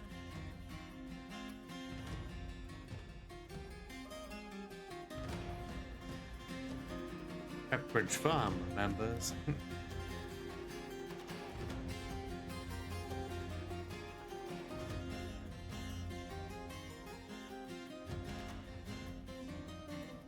Like, I went on Facebook and I saw this thing with, like, a person with 5 hands and a melty face, and they're like, you know, this person has a disability and only true children of Jesus will repost this.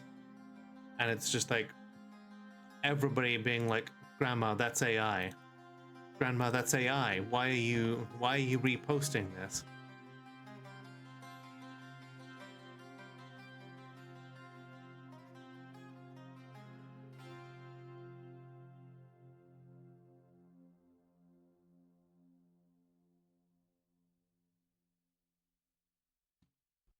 Okay, Neri is standing guard with everybody here.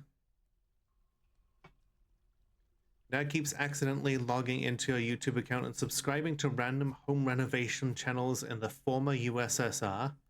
I think that's called Russia now.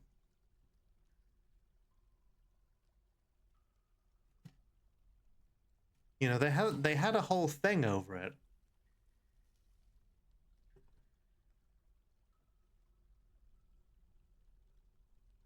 Okay, we have legendary fighters here who are ready to lay down their lives. Like Yugoslavia and the Czech Republic and all that. Fair enough.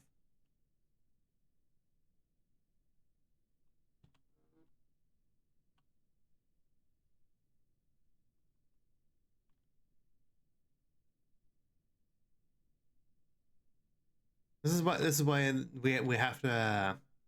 This is why we have to have, you know, precision in terms of like language here. Okay, in Soviet Russia, you know, dick sucks you.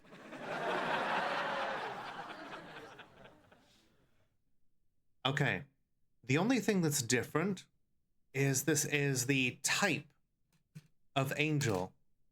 Because before we had a lasher, and now this one is a bowman. Oh shit, it died in an instant.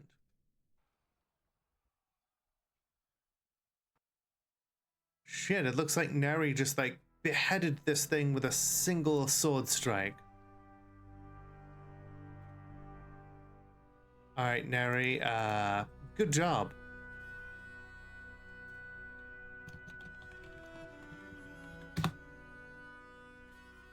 Yes, yes. Yeah, the big disappointment there is that Alasha has a whole lot more in terms of like, it had like a weapon, it had armor, it had a shield, it had and then it had the weapon. Like it had weapon, armor, shield, cap. But the bowman just has a bow and some arrows. I don't know if that's going to be enough to produce an ingot of metal. But if that's the case, then yeah, I say that we do go ahead and bless ourselves.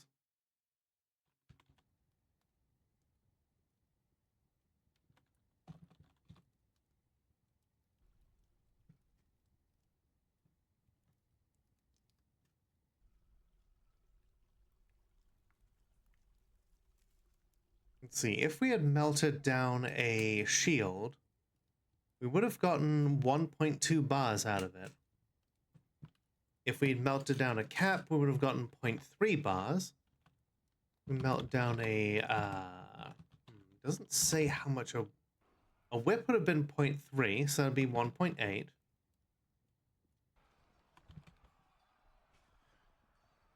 So you know what, I think that's basically like 2 bars there. Yeah, we've got the thin singing metal bow. And then the pale fabric quiver, inside of which it should have some arrows.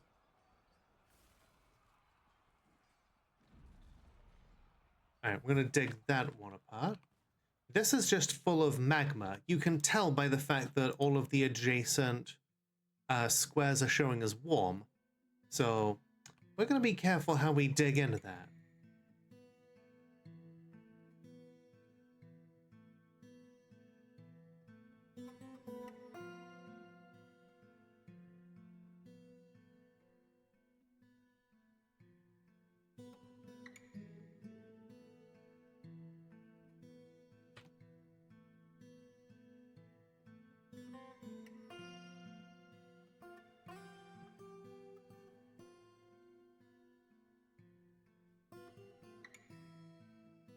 Okay.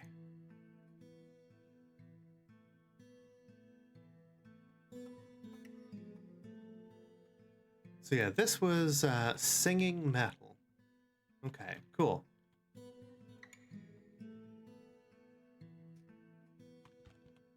So you know what, let's just do a little time manipulation here. Create item, bars. Any inorganic material. Then singing metal. 2 bars.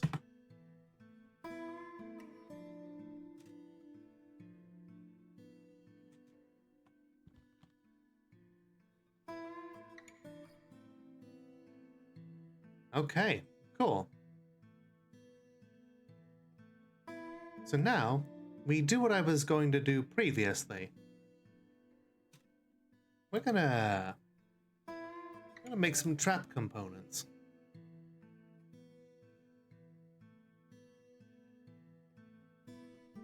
Some giant singing metal axe blades. And then, we're gonna melt those down.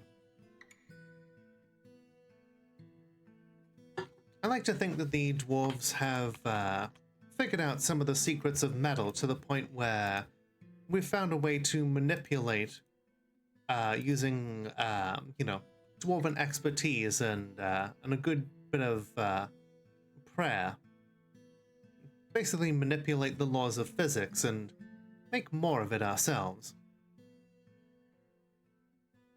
Okay, we slew a whole bunch of goblins in the Fortress of Spider Sweats. That takes us kind of back to where we were. And then we once again will attack the goblin pit of Sinchuck. I guess we'll wait until everyone is back before we do that. I'm sure whichever dwarf it is that gets to create this is going to be absolutely thrilled to know that they're working with a material that no dwarf in Ironspire, hell, probably in the entire civilization of the Vigorous Nets, has ever been able to do.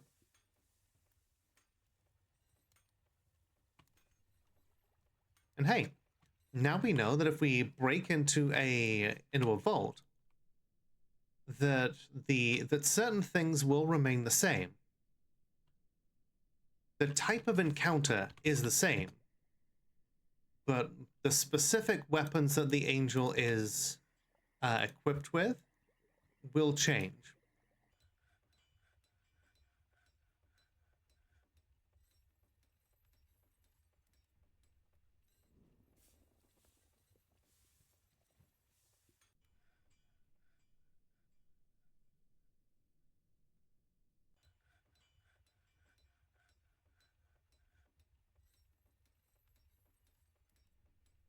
Okay.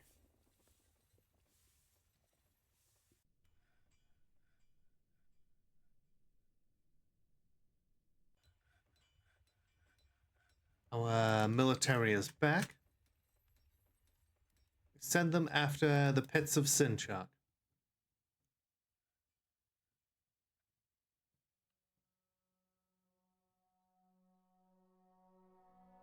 Doran Astus Ilron.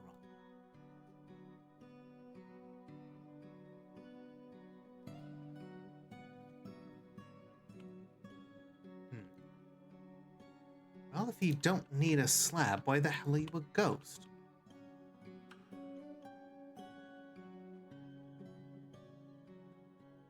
Okay, you do have a slab, it's just not been placed.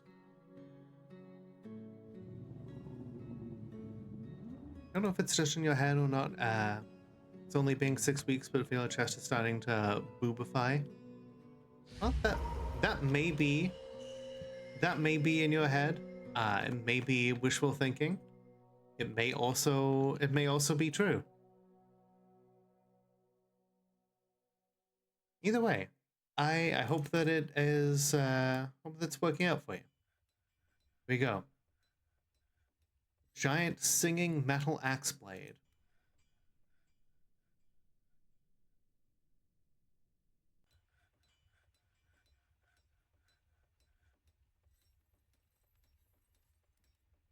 Then we melt it down. We get more singing metal out of it than we originally did. And we keep going.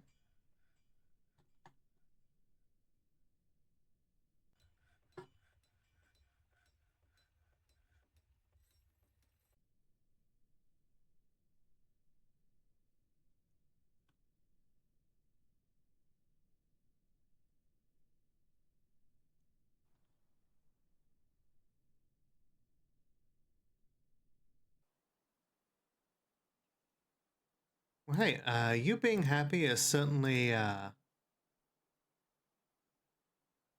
good thing.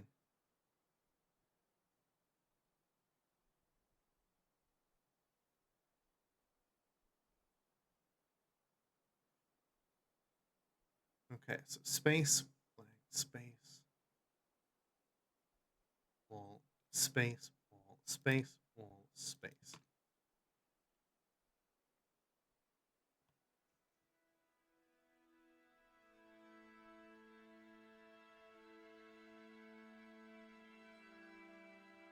Even though the guild haven't demanded it yet, we're just gonna start making this engineers guild again.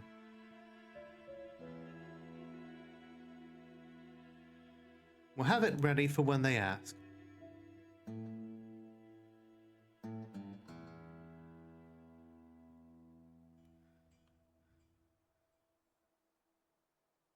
Well, hey, that's the most important thing at the end of the day, right?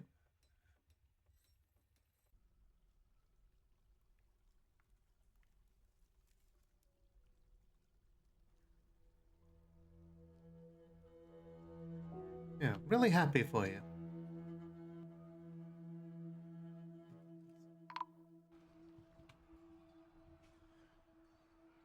Yep, we're gonna be getting those. Oh hey, looks like someone has claimed a metalsmith's forge and is working secretly on something made of trifle pewter and iron, and that's it. Huh. Simple but effective. Well, let's we'll give them time to cook and we'll find out what it is.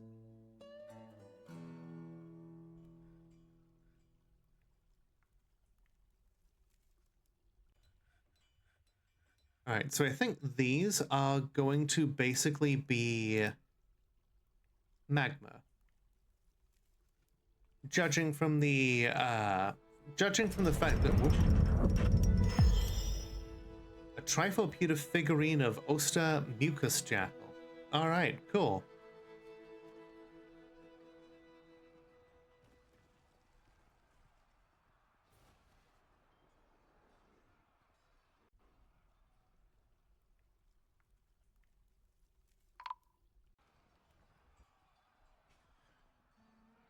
More ghosts put to rest.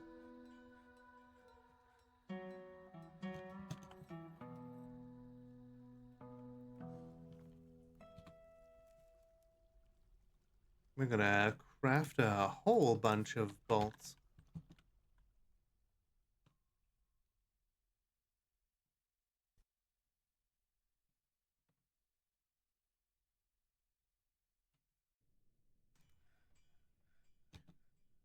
What metal object are you working on?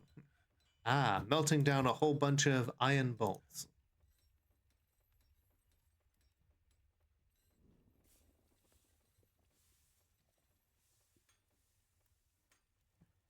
Well, Solar Sniper is not going to be happy with melting down the giant singing metal axe blade, but you know, it'll have to do.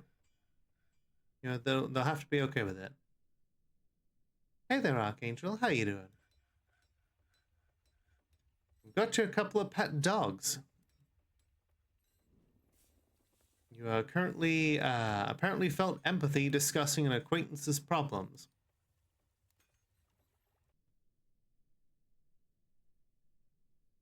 Currently have an unmet need for some martial training. Alive and chilling? I'm glad to hear it.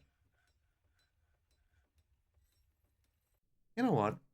Let's put Archangel in the therapy squad.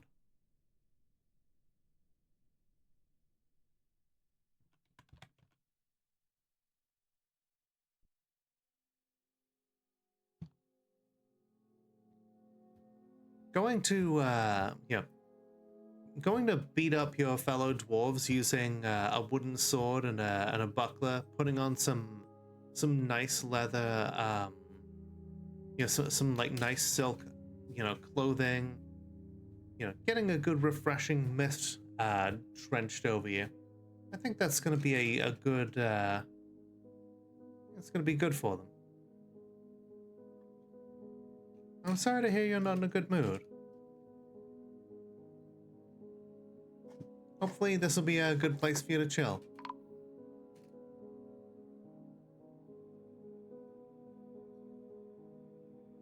Okay, grabbed a training sword.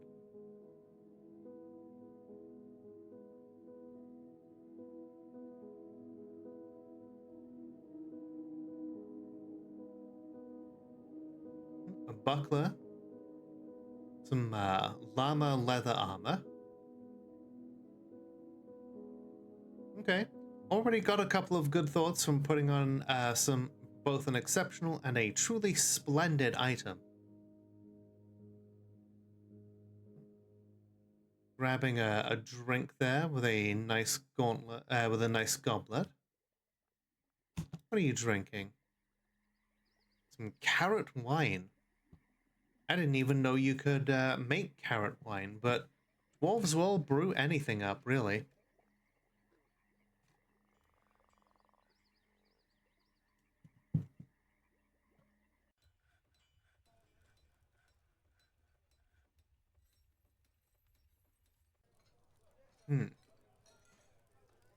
Pretty okay.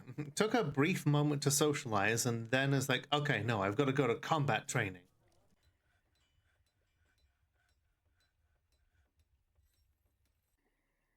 Here we go.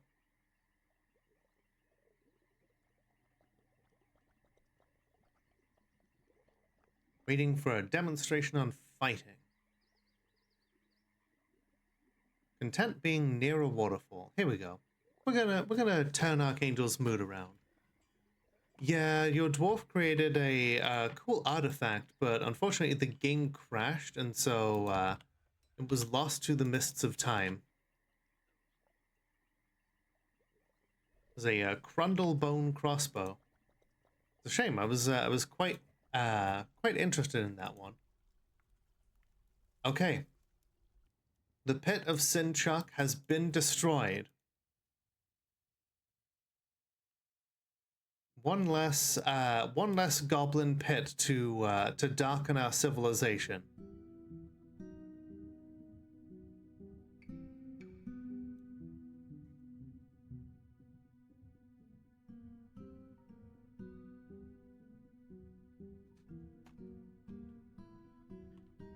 No doubt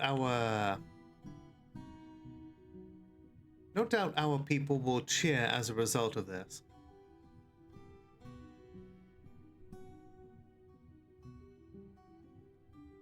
But it is just the beginning. Greetings, Burango. How you doing tonight?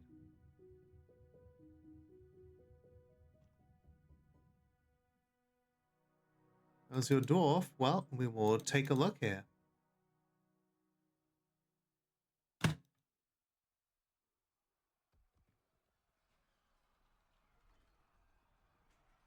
Just filling up the Dwarven Queen's tomb with a whole bunch of art. She doesn't need her tomb yet, but she wants it. Okay, she is... Okay, your dwarf is currently in our fantastic library here. Looks like you are... Looks like you remember being near a waterfall, satisfied at work. You've got a great bedroom. You are currently reading a book called Wealth's Creepy. The work has no particular subject. The writing is stunningly indulgent. Overall, the prose is amateurish at best. It does sound like that kind of name, or it like clues me into like, oh, this is gonna be a book about like nothing in particular.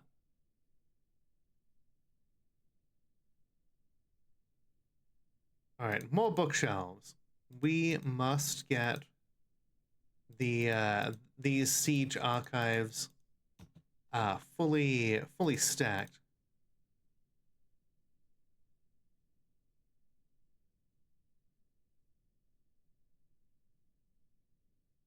We're really showing off with the amount of platinum that we've made into furniture.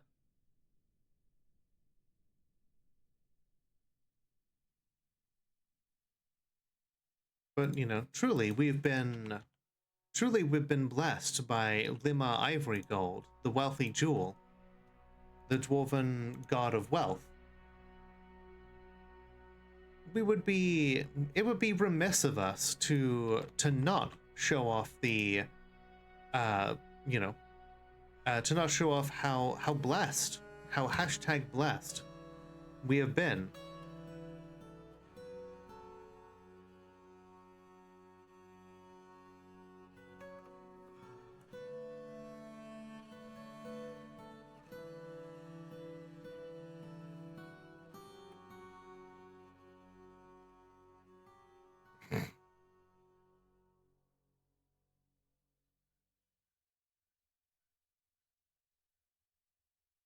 All right, so let's get the siege core training up again.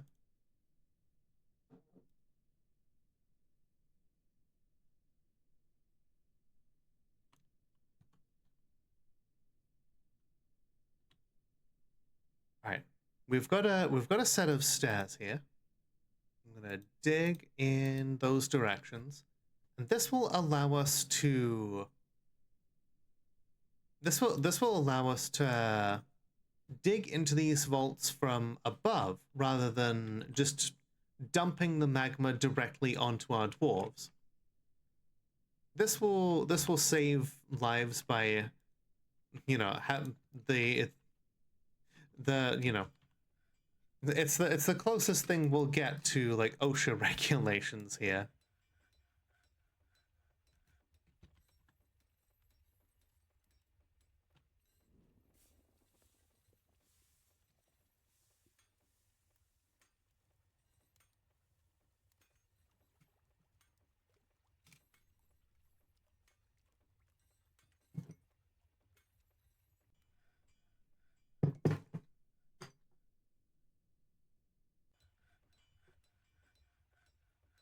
Playing Sunless Skies.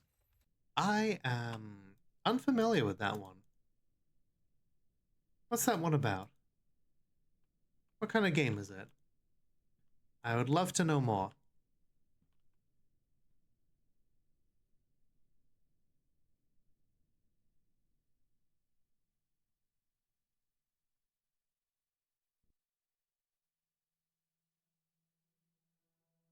I heard of Fallen London. I think so.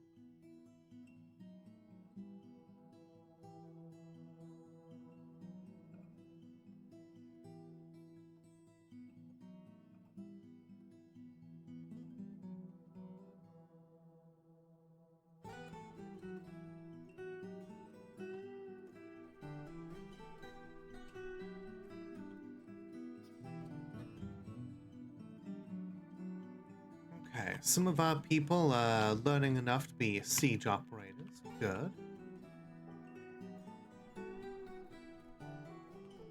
Yeah, let's get it all smoothed out.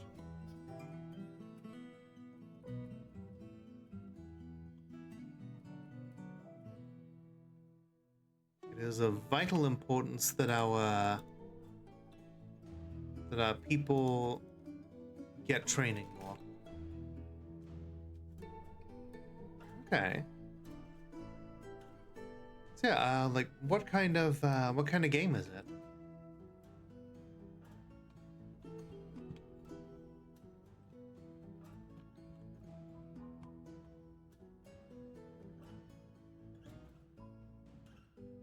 Oh, okay.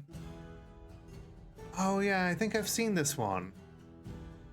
Yeah, that's it's wild, like flying around space in a big old locomotive. World where light is law, England tried and failed to colonize hell and now has taken to the stars. You know, that's a fantastic plot. I love that.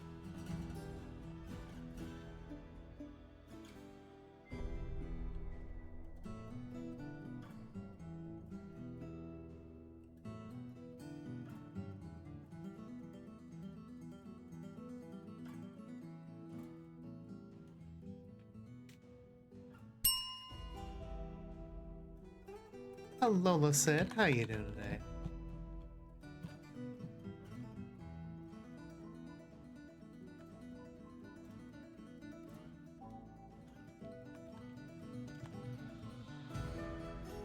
They would try and colonize hell if they could. Oh yeah, that's probably going to be the objective of our next fort.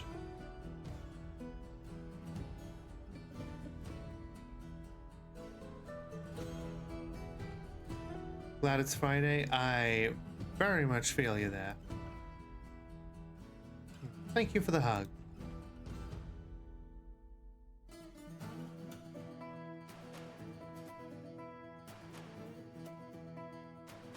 And the head pats. Oh, hey. Thank you for the delicious egg. You know, Pathologic has been, Pathologic 3 has been released. So we're going to be playing that as soon as we're done with the Termina.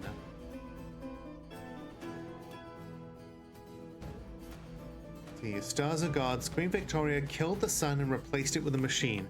The afterlife is a physical place that pays people to act as psychopomps. That's a wild bit of lore right there.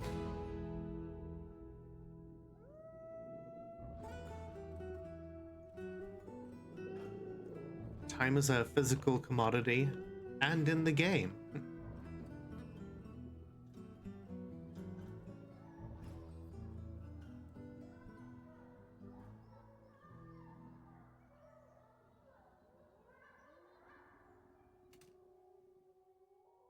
As a result, is not entirely linear. Oh man, that's gotta really fuck up the continuity.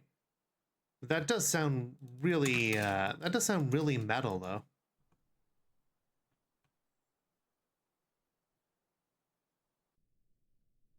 Finish the funga to start the delicious egg hunt. Yes. It shall be done.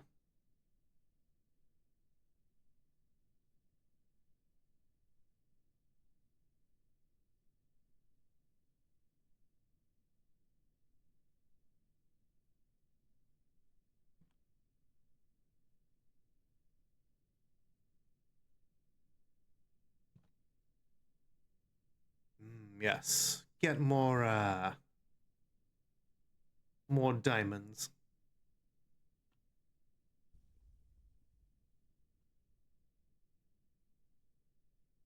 We're technically almost done with funga. We can certainly come back and try a better run. But like our initial run is technically like close to being done.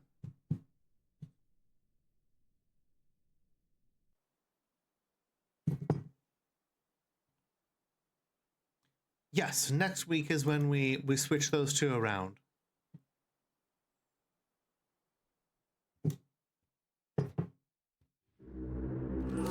An ambush. Curse all friends of nature. They haven't even bothered to lay a proper siege.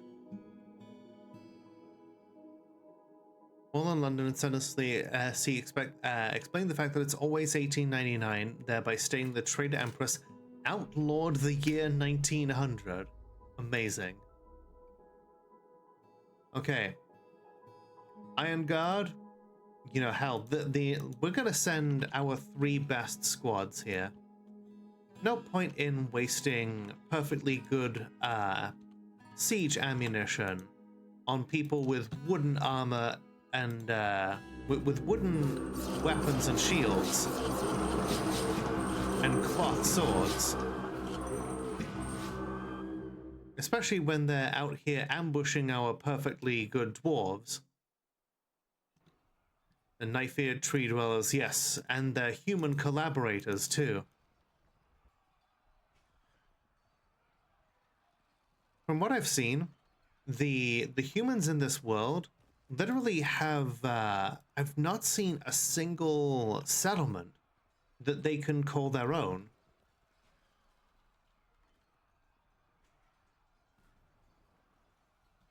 Every single one has been co-opted by either elves, goblins, or, you know, or other.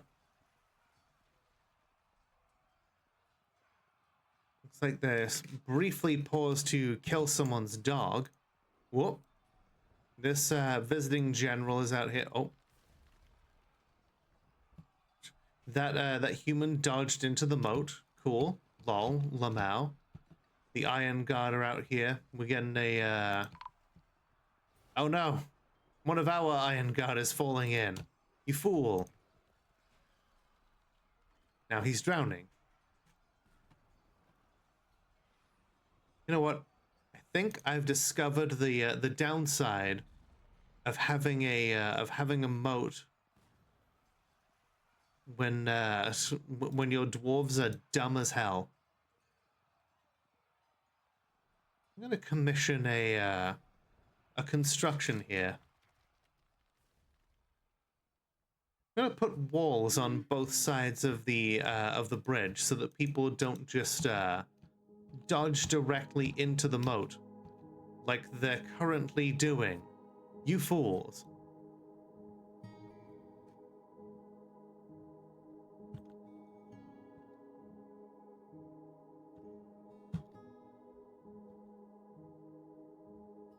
Like even while drowning, these idiots are stopping at nothing to hack apart the humans.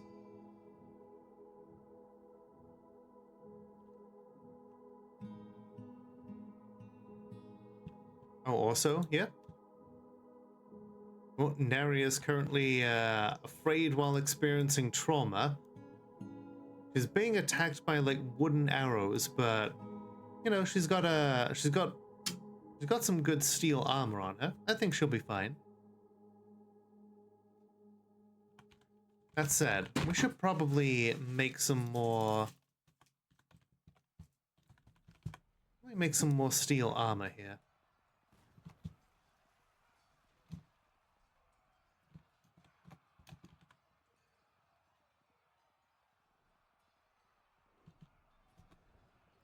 Also, fire is the language of the gods. It's a very literal concept as well, though.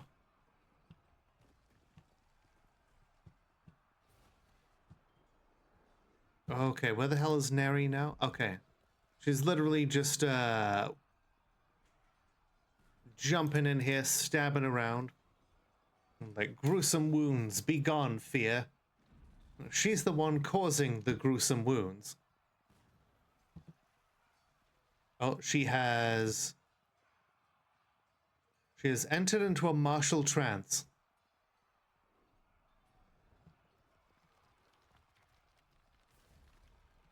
Yes. More humans are just getting cut to ribbons. These ones are drowning in the moat. That's fine.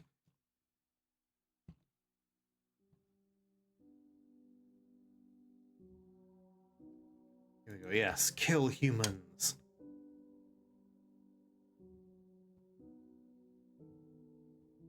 Cut these wretches down.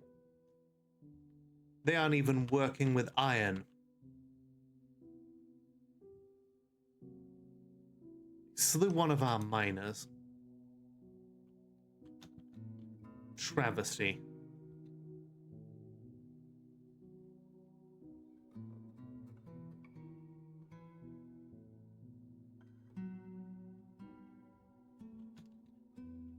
Glug glug.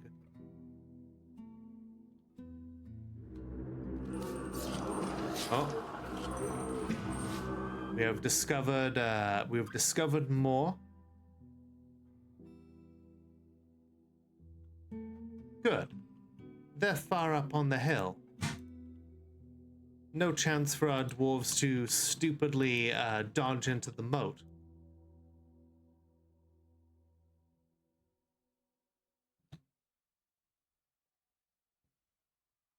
Cut them all to pieces. Show them the folly of using wooden weapons. Ha! See how they run from us.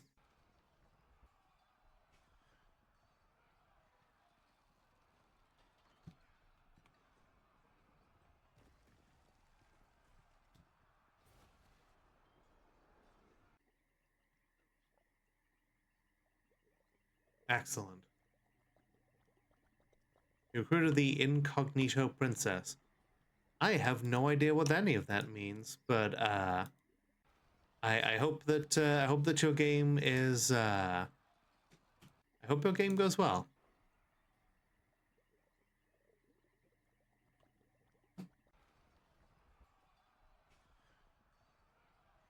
She isn't very good at being incognito. Well, then it sounds like she should use NordVPN.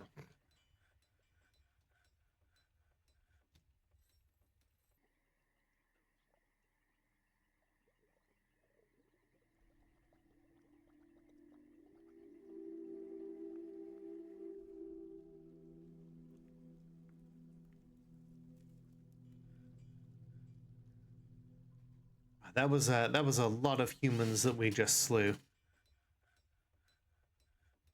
Doesn't even have internet? Then why even live there? For Breton VPN. Alright, yeah. You know what? We go back out to Spider Sweats now. And we attack once again.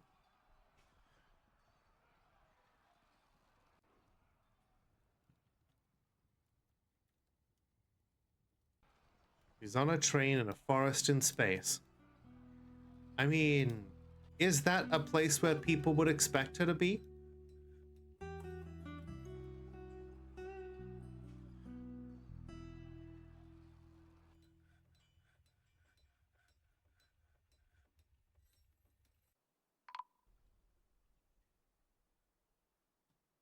Section of the cavern has collapsed.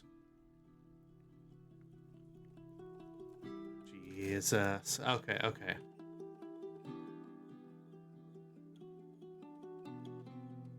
Cannot trust my dwarves to build without murdering each other.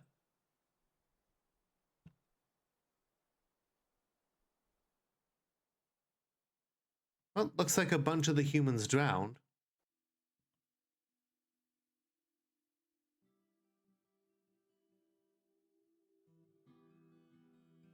See, the space forest is where the commoners live. Ah, okay.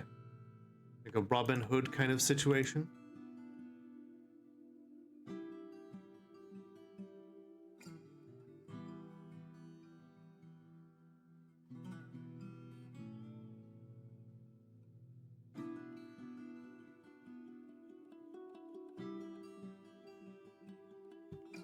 And these siege operators are really willing to overlook their physical limits these days in order to get the weapons loaded.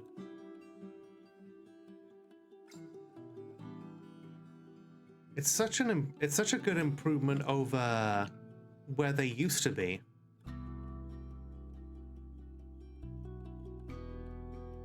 Because once upon a time, they used to just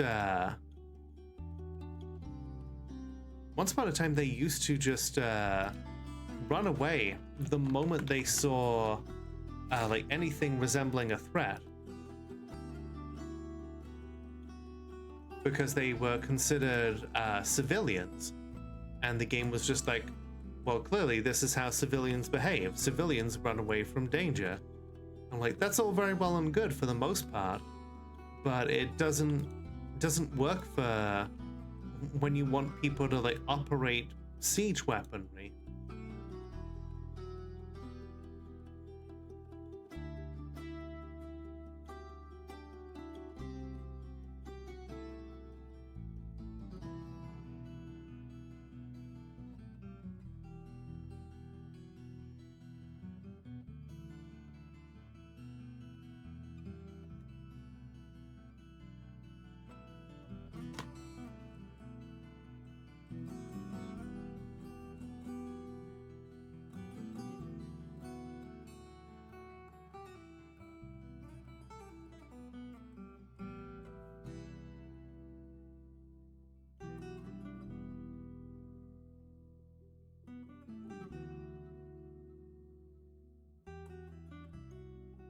Civilians back in the day kept that sheath on them for self-defense.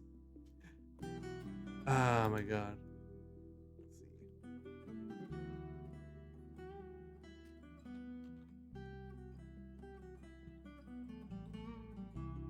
Alright, melt down both those singing metal axe blades.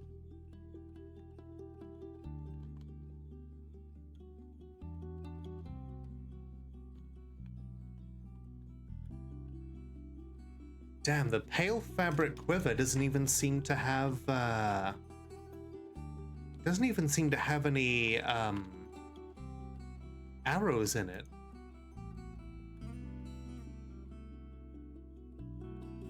Very, very disappointing.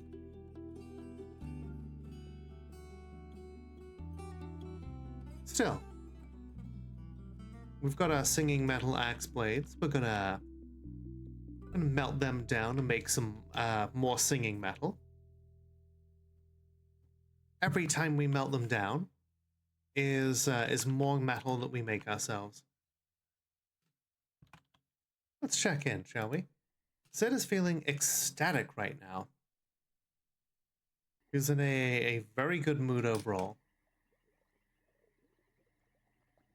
Like, even being away from her family that I don't think she has.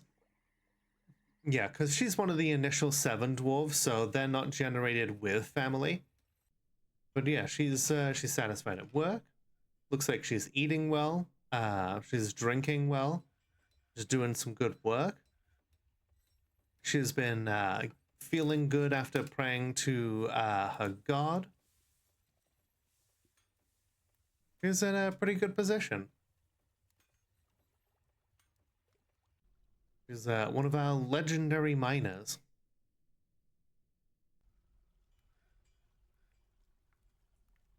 Description of the princess says, this tiara-wearing force of nature is definitely not a princess. Definitely not. Oh, I mean, as long as it says that she's definitely not, then, I mean, would the game lie? Think someone would do that? Just go onto the internet and tell lies?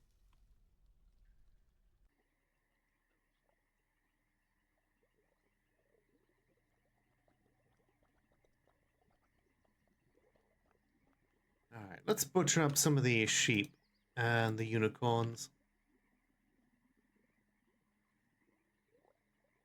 And some of these llamas.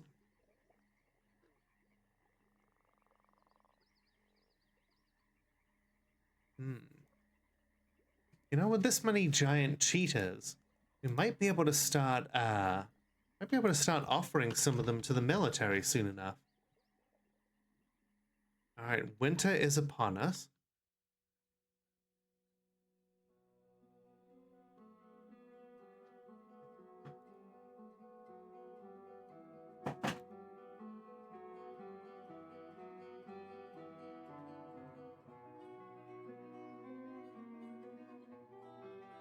Okay.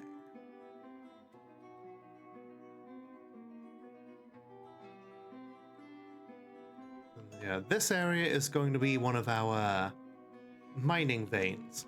I'm going to dig right into it, and we're going to figure out exactly what is in these gem vaults.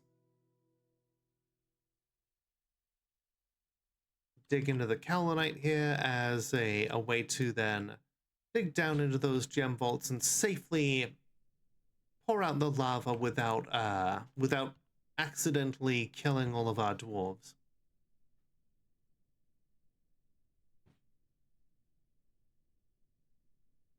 There's a lot of fluxstone down here. Lots of cool gems too. We have yet to find that adamantine.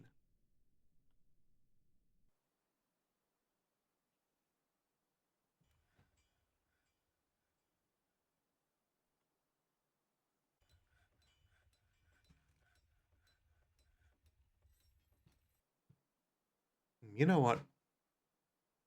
Let's take a little bit of the garbage disposal off our dwarves' hands.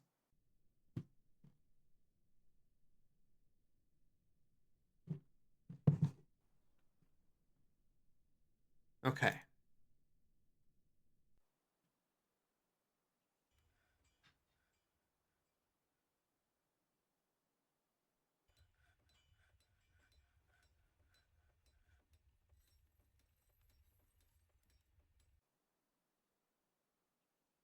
I'm going to build out this floor here, then place walls on top of it. Okay. The Queen has decided that her chambers are good enough.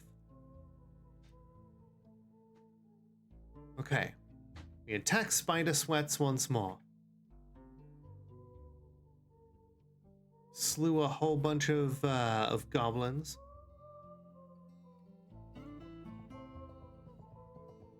Looks like they're down to 64 goblins of one type and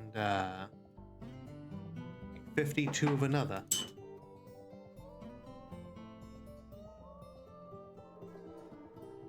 The way they're going, there's no way they can keep up these kinds of assaults on us.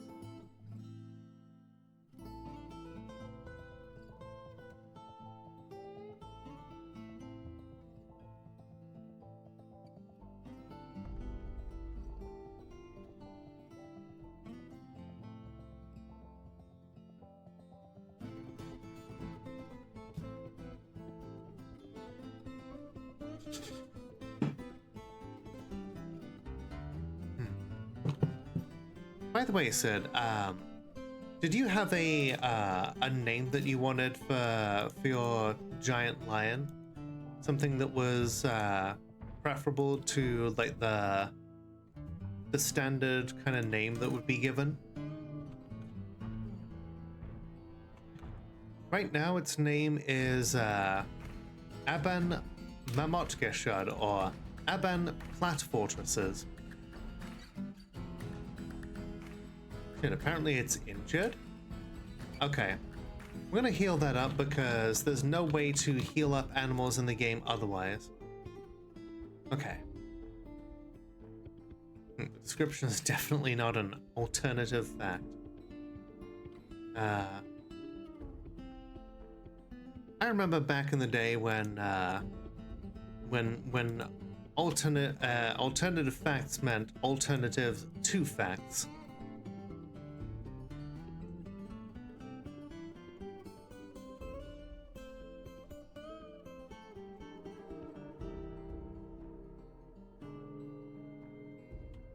Okay, we have located warm stone.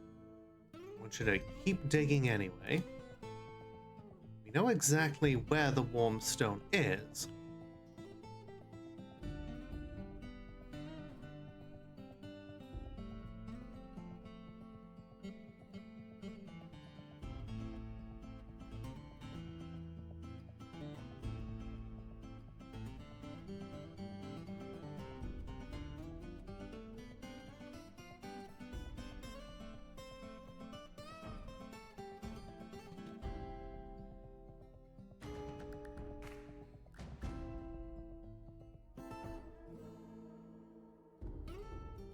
Good night, Alchemist. Thanks for stopping in. Oh, those are some large deposits of magma.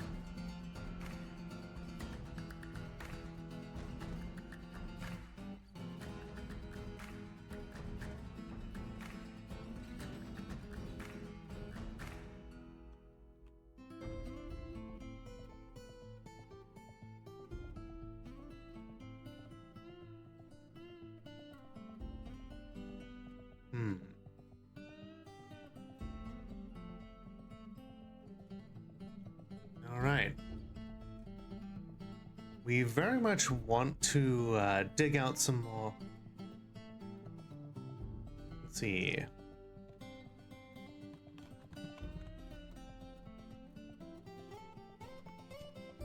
Nam Gysyok. That sounds Korean. Is that a BTS reference?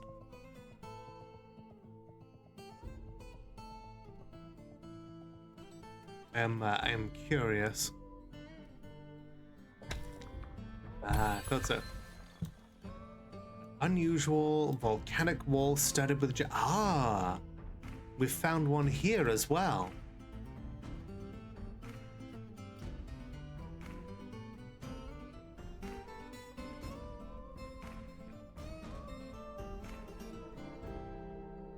A second gem wall has hit the fortress.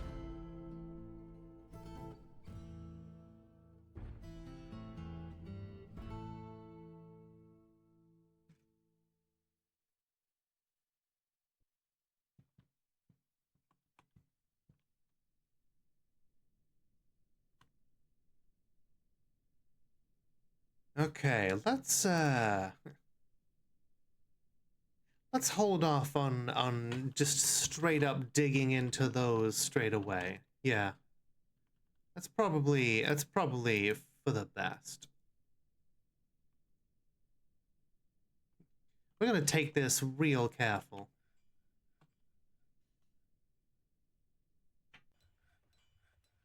No sense in just irresponsibly digging into all of the magma and just killing all of us.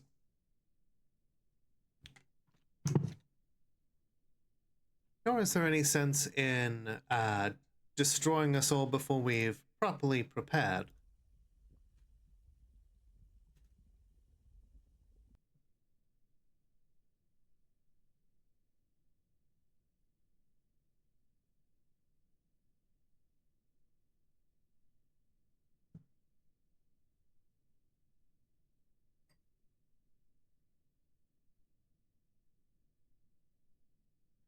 The combo of the three rappers' first names. Oh, okay. I like that. So you have a pet formed of three members of BTS. Love that for you.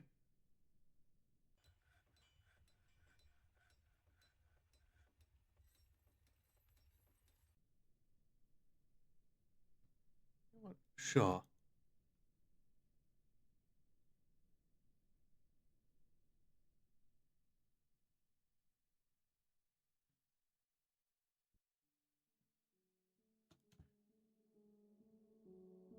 Right, yeah. Looks like we've carefully drained out one of the magma vaults here.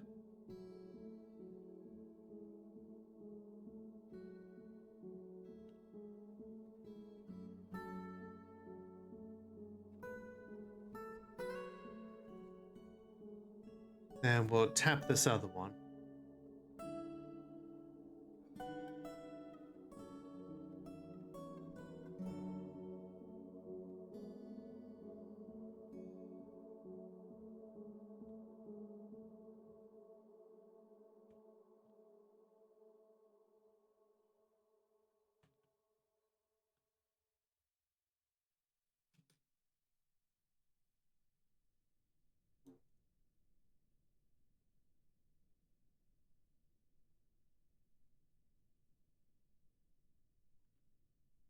All right, while that's going on,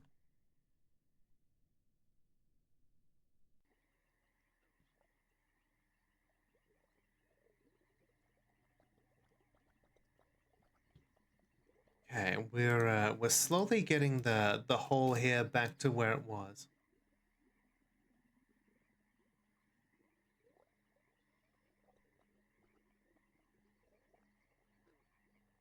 Well, the four oldest members, Sokjin, Yoongi, Hoseok, and Namjoon. I'm doing my best there. I have not taken in a whole lot of Korean culture.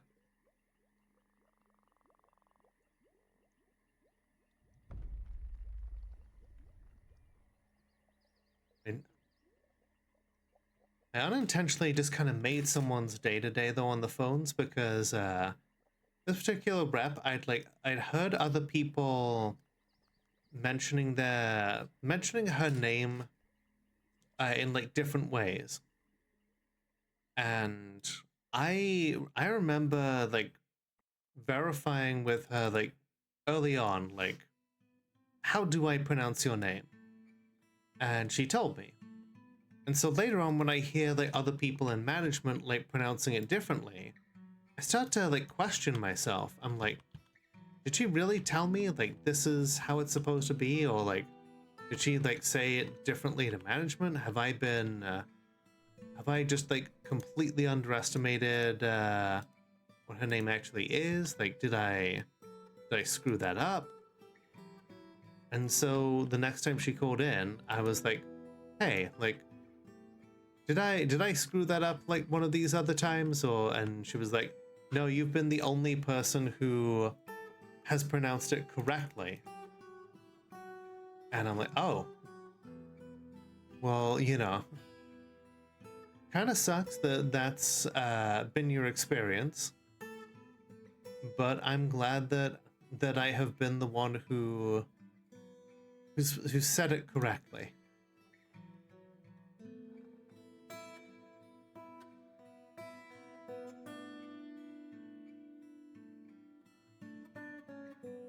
Awesome pronunciation. Thank you. I hoped that that was the case. Like, I like to, you know, my wife is into like Korean horror and like other like Asian horror, and I've heard a fair amount from that, as well as, you know, the usual things like K-pop Demon Hunters and you know, Squid Game.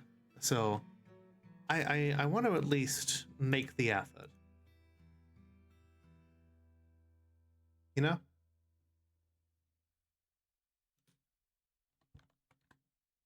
Oh hey, we are now up to 3 singing metal bars. So now we go trap components, singing metal, giant singing metal axe blade, and we get making more.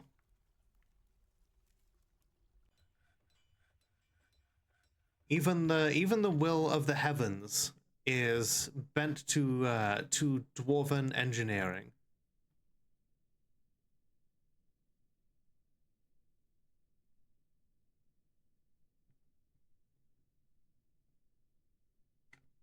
Does your Blobbo have a desire for violence? Let's take a look. Burenko actually is frustrated after being unable to practice a martial art. You know what? Let's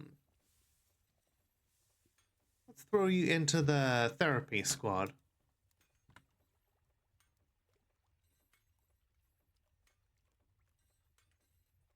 In terms of stress, Burango is actually not that stressed out, but it is important to give people the ability to do a violence when they wish to.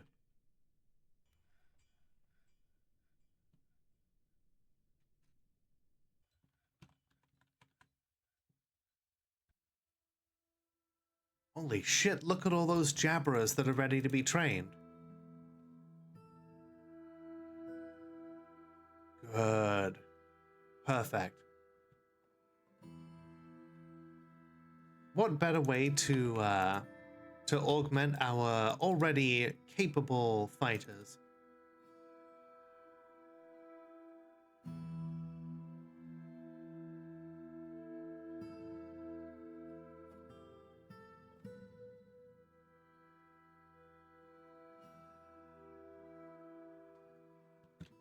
Alright, siege engineers, back to training.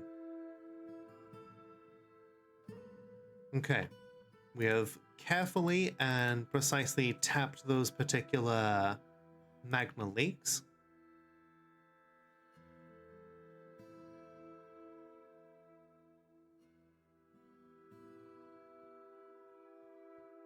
Oh, we apparently have another ghost in the fort.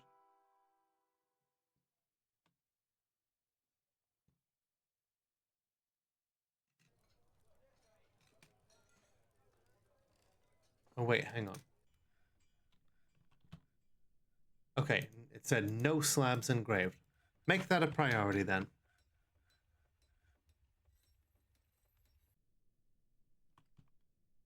Okay, load ballista and fire. Oh my god, and like a kitten got dismembered.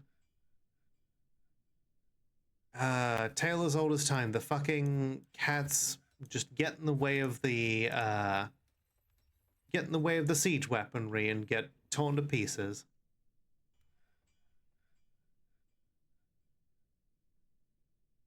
Well, continue the exercises. Our people need to be... Oh my god. Hold fire.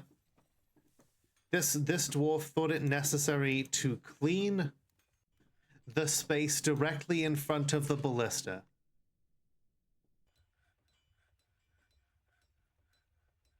Alright, obstruction cleared. Resume fire.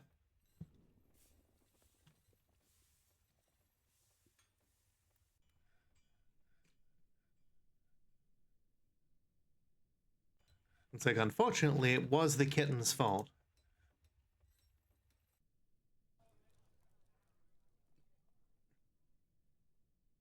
You know what they say about curiosity.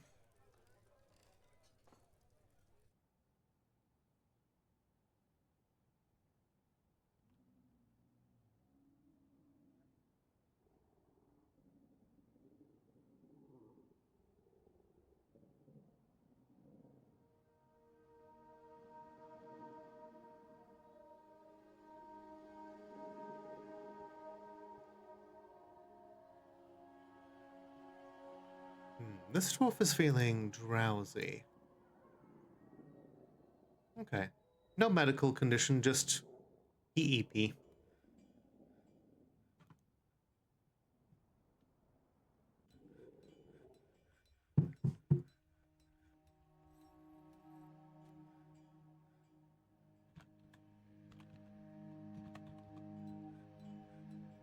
Hang on, I thought autosave was a recognized command. Oh, quick save is, okay. Just gonna start quick saving, every now and again just to make sure that we don't lose our progress.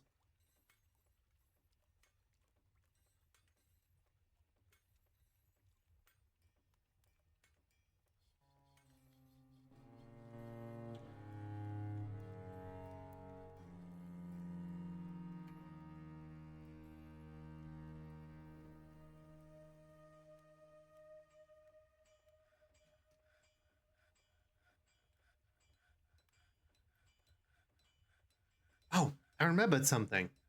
Now that we have divine metal from the gods themselves, it's I believe it's pretty much guaranteed that if a weaponsmith has a strange mood, or if an armorsmith has a strange mood, that they will basically be guaranteed to grab that particular metal.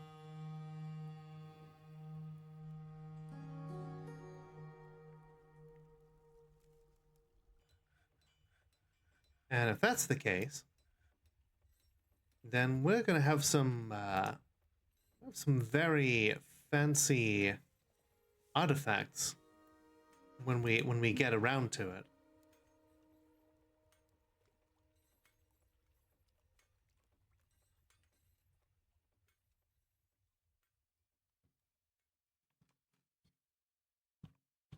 All right, we have continued the training exercises. The ammunition reserves are empty. Set them all to be reloaded. Produce more ammunition reserves, and then we'll get back to it. Ah, okay. Before it was the guild of the defensive guild. But in this reality, the siege operators have ironically created the Guild of Safety, with no history, with no trace of irony whatsoever, considering how many kittens have died because they've just jumped in the way of siege weapons out of sheer curiosity.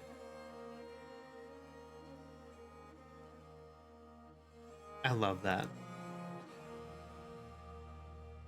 But now that they've established a guild, they're gonna want a guild hall. We're gonna give them the best goddamn guild hall that a Shulman Bass has ever seen.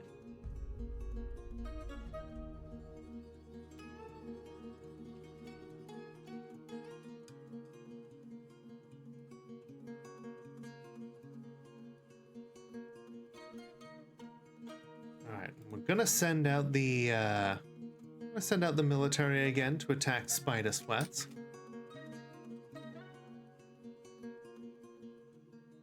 Unless, yeah, that's mostly just books. Goblin Town of Oak Farms.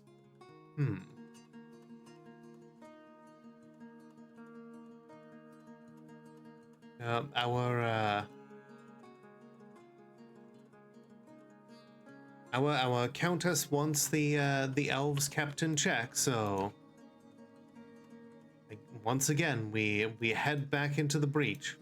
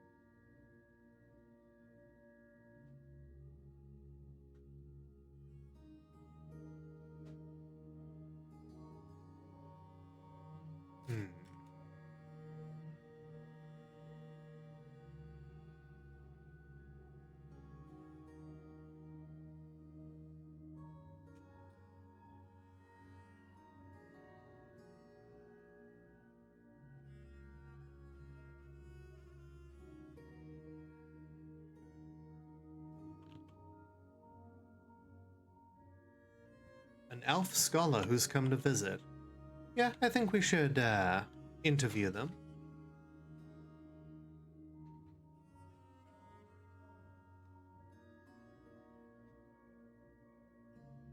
Okay.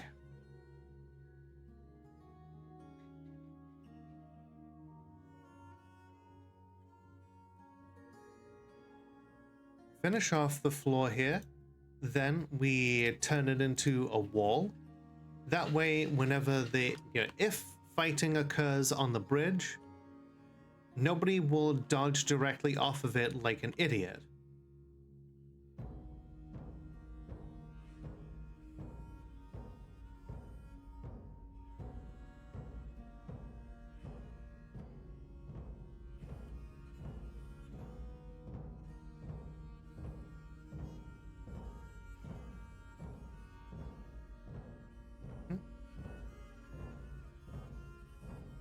Axe Dwarf just casually decapitating a raven there. Okay. I want this as like a frame of reference. With a regular sized ballista here, we're going to recreate it as best we can as like a mosaic. Alright, the Guild of Safety wants a siege hall. Place where the engineers can come and teach people how to use these glorious weapons. Your wish is granted.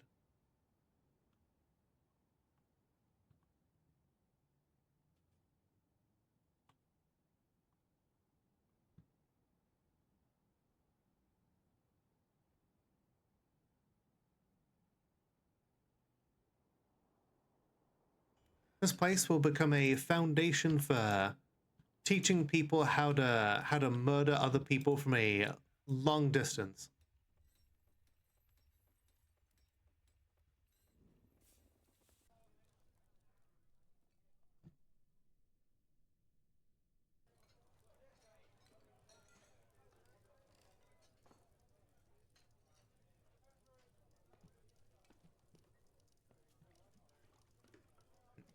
The guild agreement has been satisfied for now.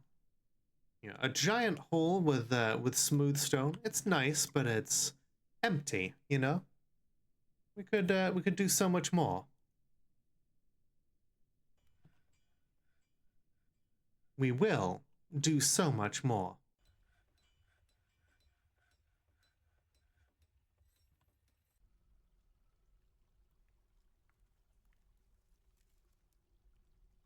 In the meantime, carve out those diamonds.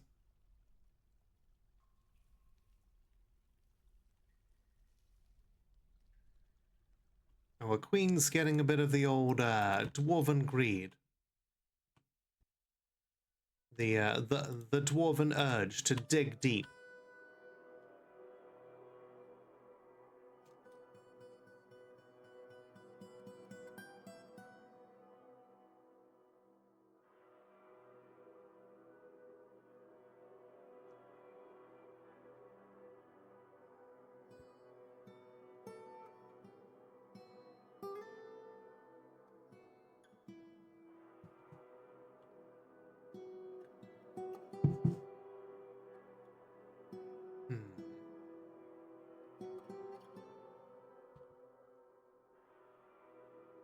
That one looks safe, but you know, you never know.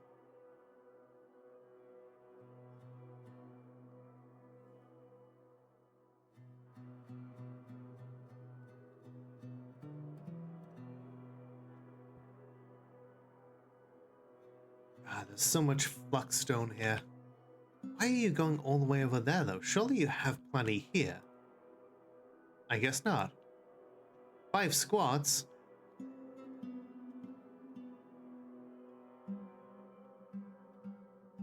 People have not been using those, so thank you for noticing.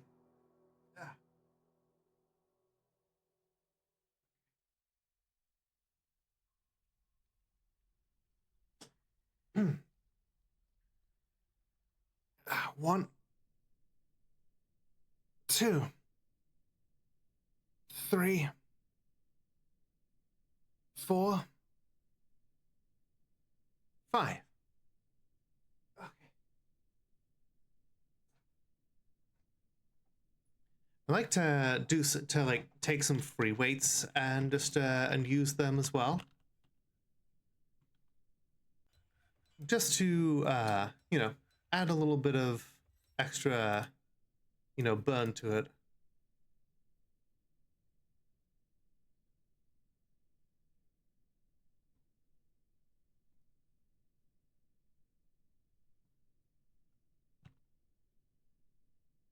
Whew.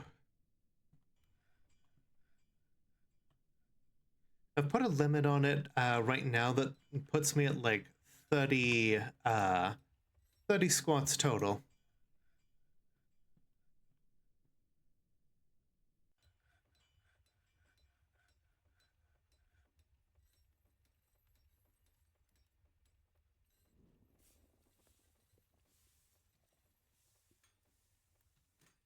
Yes, that's also that's a good bit of advice.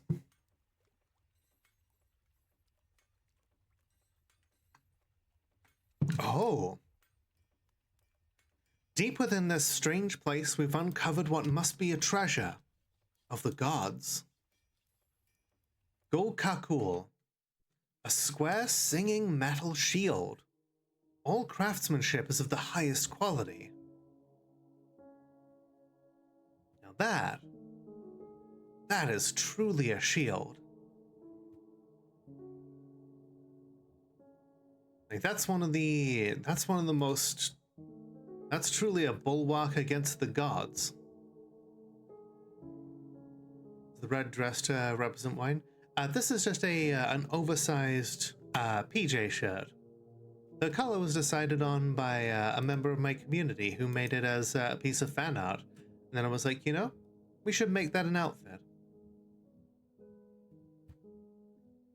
Its name translates to syrup labored.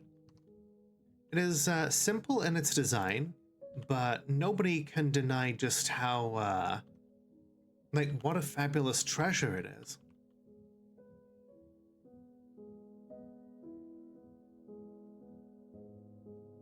You know what?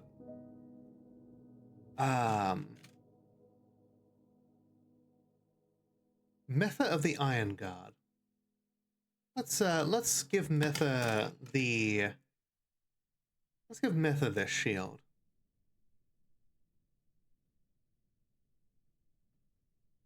You know, she's got an attachment to this, you know, copper shield, sure.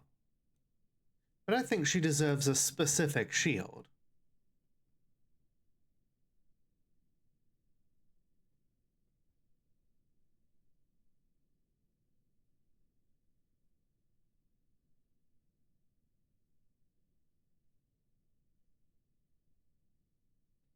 Or at least she would if we could literally find it here.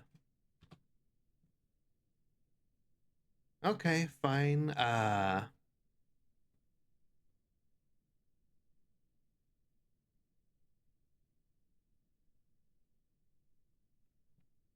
That's a shame.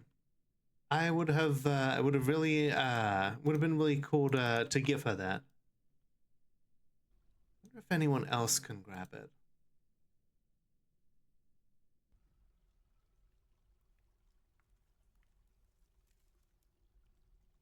I don't even see it as one of the items we can assign in. Has it been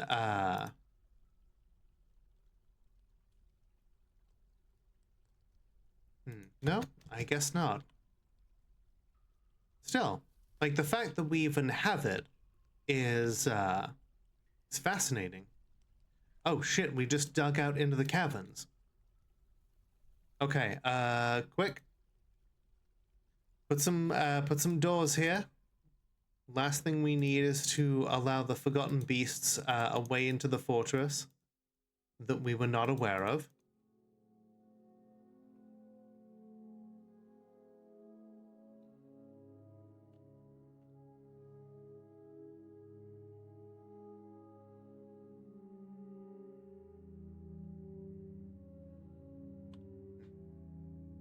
will say though, Serena, that's it's a very cool interpretation.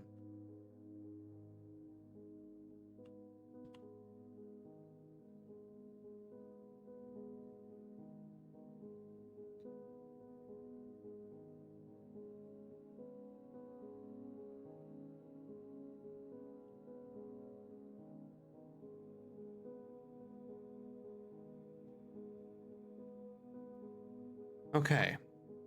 Iron Guard, let's bring you back down here again.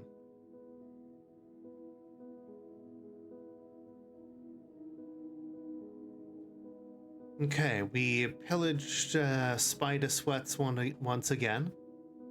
Slew a whole bunch of them.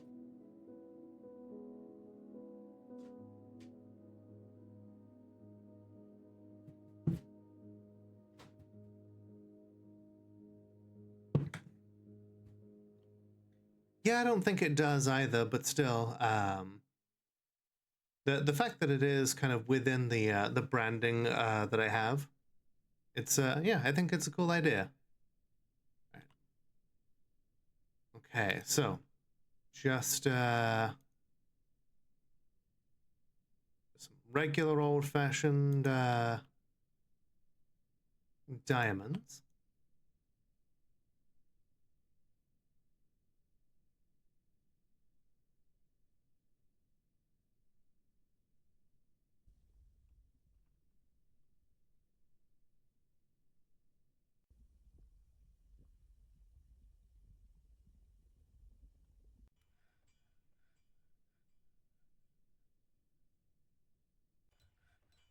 Yeah, considering there's a whole bunch of ore in different places here, I think we owe it to ourselves to like dig deeper. I know the raw adamantine was around here somewhere.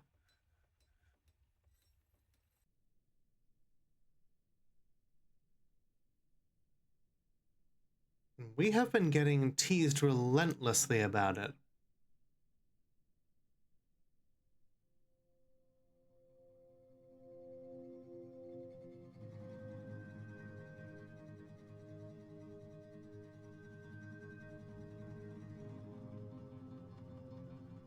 I refuse to back down on this. Oh hey, we're up to 4 giant singing metal axe blades. Melt them all down. If we melt those down, we then get 6 bars of metal. We can make 6 more blades. Every time we get back 0.5 more bits of metal. Okay. We're got more diamonds here.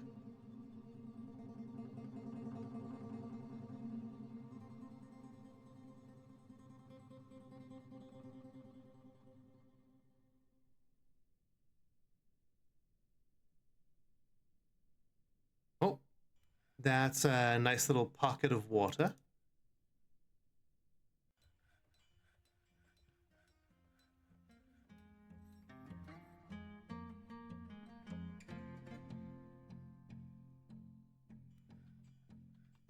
So many diamonds.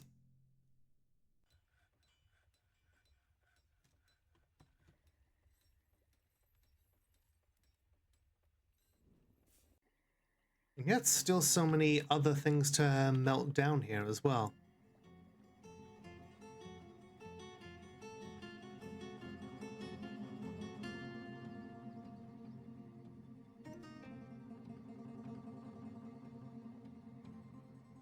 I think that this place deserves to use some of those diamonds, don't you?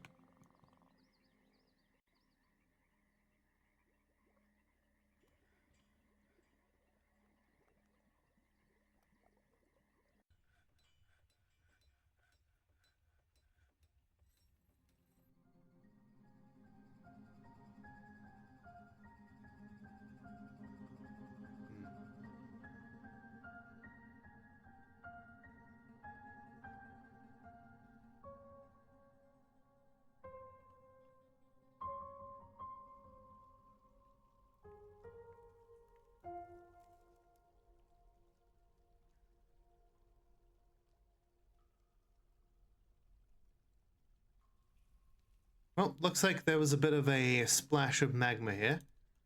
I hope that nobody... Okay, so Sid was not there, Ari wasn't there. Okay. Here's hoping nobody important died there.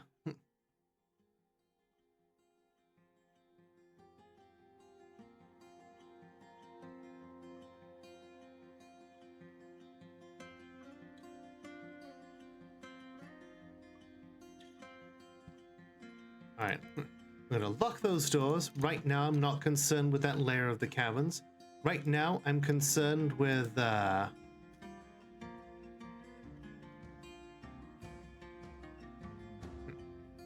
now, I'm concerned with the, gem wall.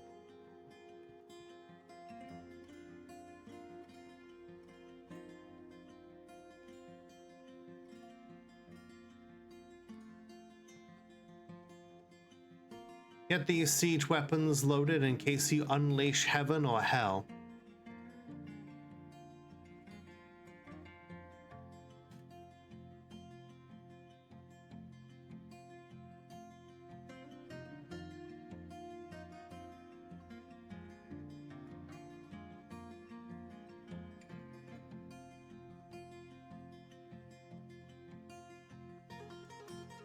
I'm sure that a lot of the miners are all on edge here. The Iron Guard especially so. They've had to come down here a few times now to make sure that if anything fucky ends up happening, that the lanterns will be ready.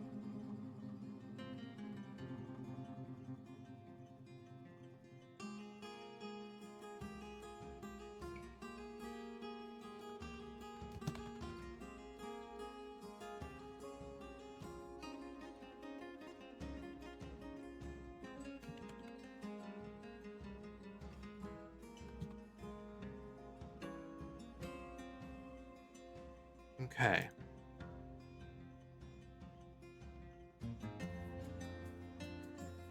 Dig through all that area here.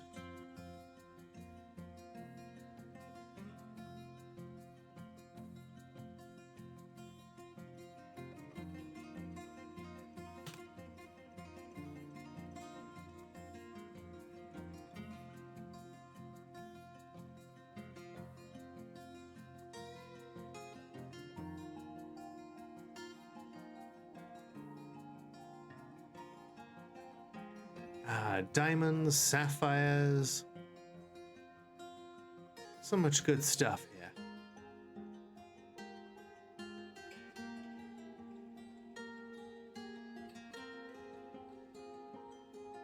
We're running into some, I think we're running into resistance here, whether it's, I don't think it's semi-molten rock. I don't think we've reached that point yet.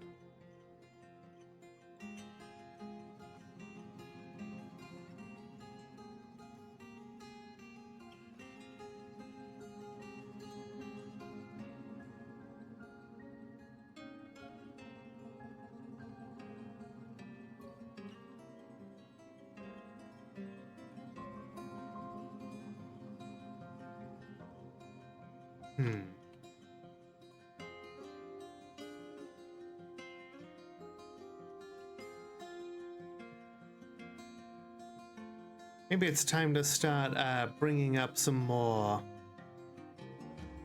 Some of the latest peasants are already in the siege corps. That doesn't mean we can't put a pickaxe in the hand of some other dwarves.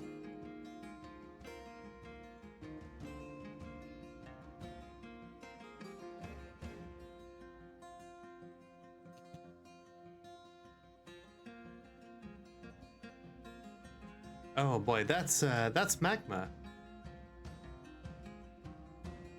I hope we didn't lose anyone there. This is what I get for looking away for a moment.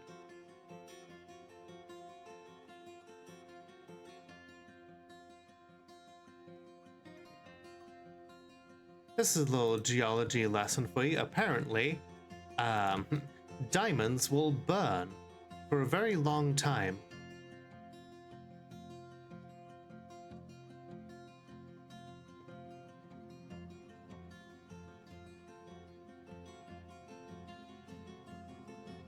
Hi, Kova. How you doing?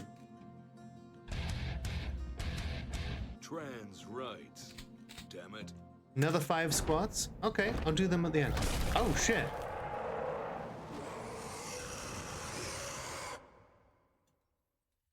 The Atin Utost Kebel Amal Nirtegazkob has come. Gigantic humanoid monster with 2 heads. Its name translates to Utost Sparkletort, the Cyclopean Incense. It is 873 years old, is completely naked, and is coming to punch us in the face. I'm sorry, we already have a Cyclops. We don't need an Etin as well. That said, if you manage to successfully step in a cage trap, the 2 of you will fight to the death to determine which of you is better.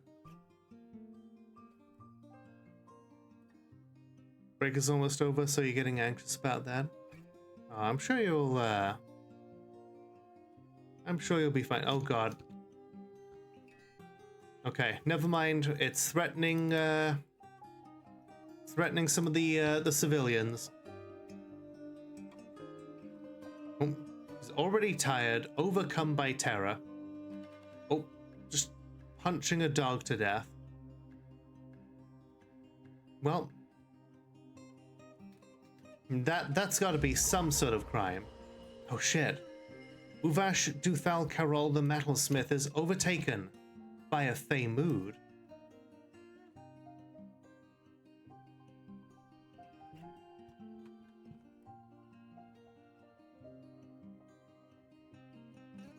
I think that might mean that they end up using some singing metal.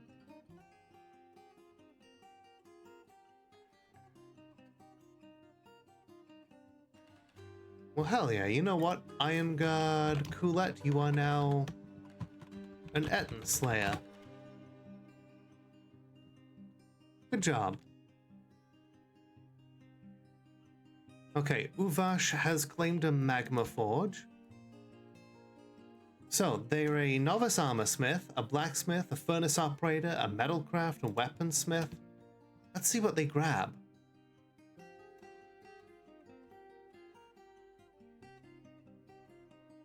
So, some giant white stork leather.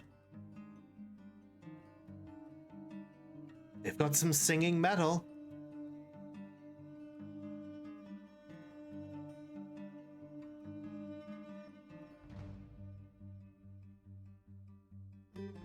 Alright, so then we're gonna make singing metal axe blades out of the rest of our singing metal. We're gonna keep replicating this divine treasure. Clearly, this is a gift from the courageous persuader. The dwarven goddess of chaos and war wishes to see us continue creating more war and chaos. And she's done that by providing one of her soldiers for us to appropriate its gear.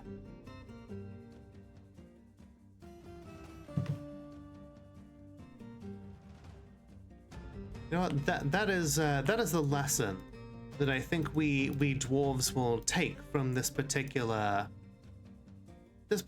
piece of divine retribution. Was this an attempt to wipe us out? No, this was a test. Not many in our fortress even worship the courageous persuader. In fact, let's take a little test here.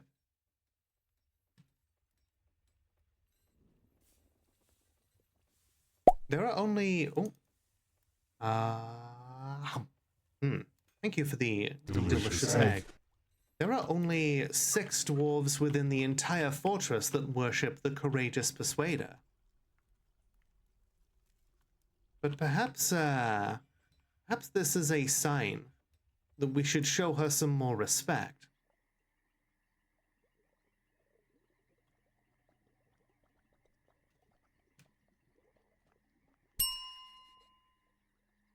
Hi Fergie, how you doing? Welcome in. It's good to see you. It is Fortress Friday, and we are having a good time. You know, we've slain an angel. We've taken its weaponry. We're using it against it. The Dwarf worship the goddess of chaos. Sid worships Kurlig the Steamy.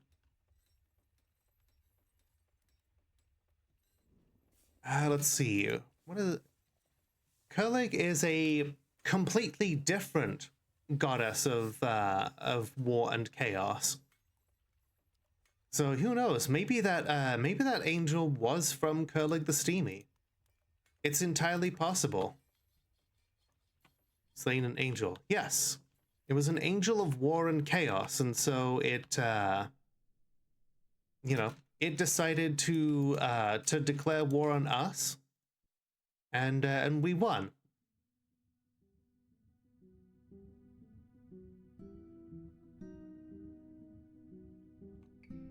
Don't worry, it's a very different type of angel to the one that you are.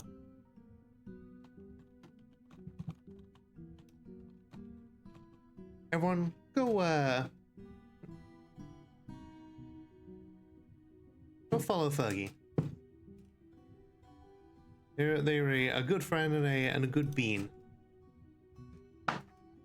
Sure, it must have had its reasons. I mean, yeah, if an angel of war and chaos is gonna see a bunch of heavily armed dwarves, it's gonna be like, yeah, I can, yeah, I have to test them. I have to see if they're worthy. And we proved ourselves.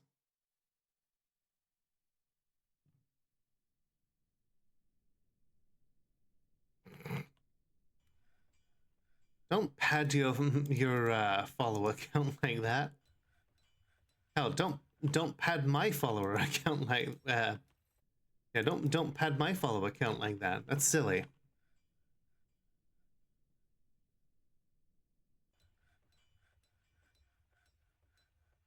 I just feel bad that those diamonds are burning.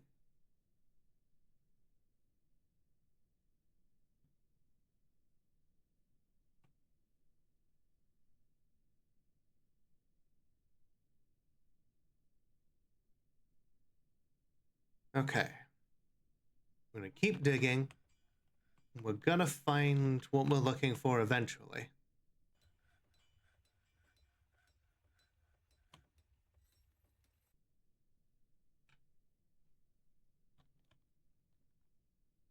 Okay, looks like Barango is actually feeling a good bit more pleased with themselves. A lot of happy thoughts about improving studying, concentration, wrestling, observation, striking, learning about striking, being close to a waterfall, learning how to hit people with a sword. I guess diamonds aren't forever. Yeah. Oh, I love that. That reminds me, I've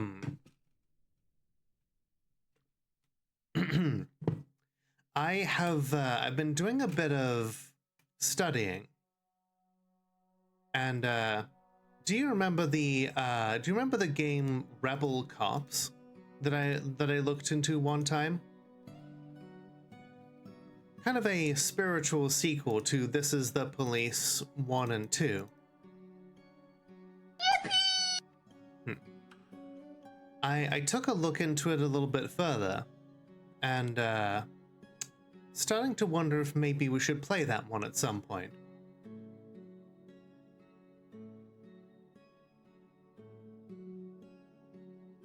I'm not gonna go into too much,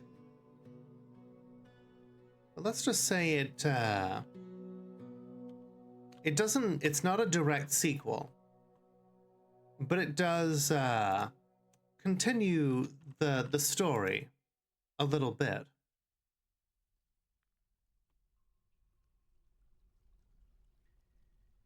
Yeah, that's Zelda. Zelda is Zelda is cute, and she's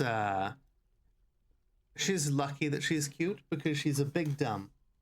Yeah, I'm talking about you. Yeah. That's a kitty. Yeah. It's like, bring me back those fingies so I may bite them. Nom. Nom nom nom. Yeah, she is a Siamese tabby mix. She is dumb of ass. But you know, she's my dumb of ass.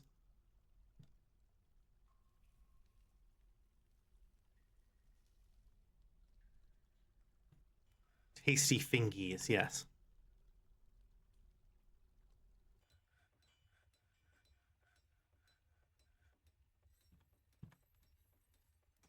Okay, we have more giant singing metal axe blades. We melt those back down again. Rinse and repeat. Siamese Tory mix. Aw, that sounds adorable. Moody Dwarf can't find item needed. Shit. Okay. Show mood. What do they need? They need bones. They need bones and leather. How do they not have bones and leather? Well, hello, princess. How you doing tonight?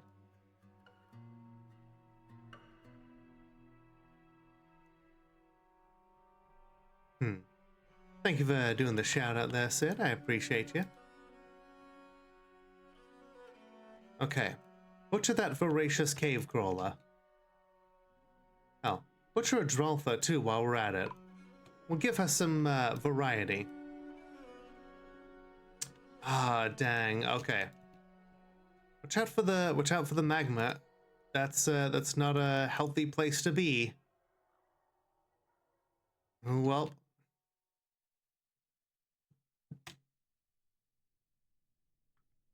Doing goodly? Well, hey, I am glad that you're doing goodly.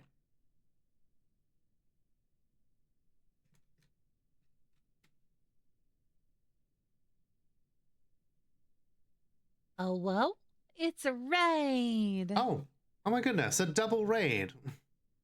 Lizzie Pie and Critical Soul. Welcome, welcome. For those of you who don't know me, my name is Lola. I'm the world's only Molotov cocktail VTuber. I checked, and today we're playing some Dwarf Fortress.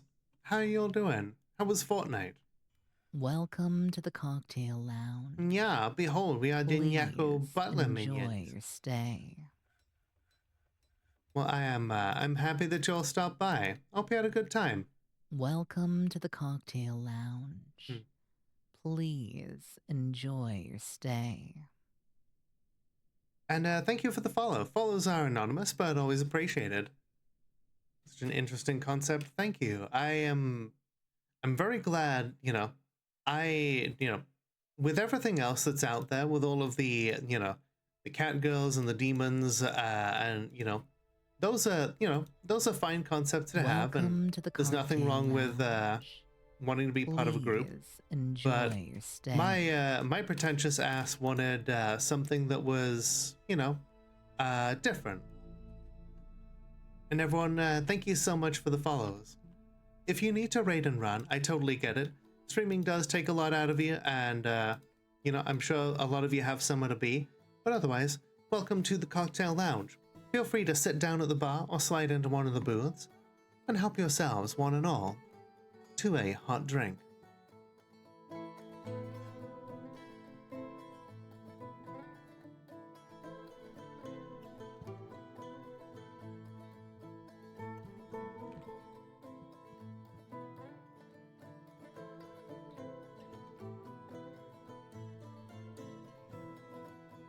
I've got a lot of big cats in here. The only problem with having big cats as like pets for our dwarves is it takes a long time for any of the big cats to reach maturity. Like several years, which means that it's very difficult to get any of them assigned to people. Okay, here we go. game is saving.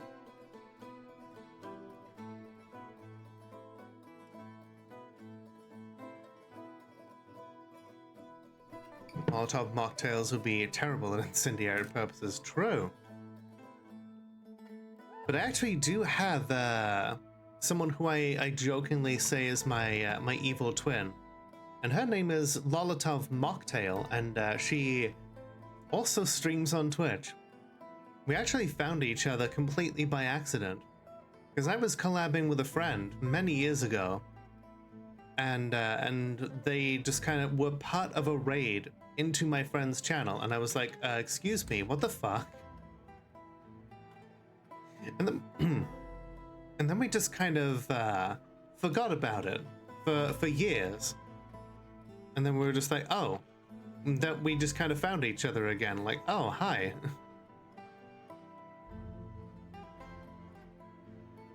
The internet is a place full of many weird coincidences. Deep within this strange place, we've uncovered what must be a treasure of the gods. 3 of them. Subibatao, a shining metal earring, a shining metal scepter, and a shining metal crown. Truly, either Kurlig or the Courageous Persuader have put these things here for our benefit. Their names are Fountain Trade, the Constructive Pillars, and the Relic of Laboring. You know what? Our monarch needs a good crown. And what better crown than one made of metal from the gods themselves? And an earring? Absolutely. And you know what? We'll give her the shield as well. Some of that should definitely satisfy the criteria necessary to make her a true queen. You met Sidna Stein in another stream. We are Sid and Sid. I love that. I hope you are fast and firm friends.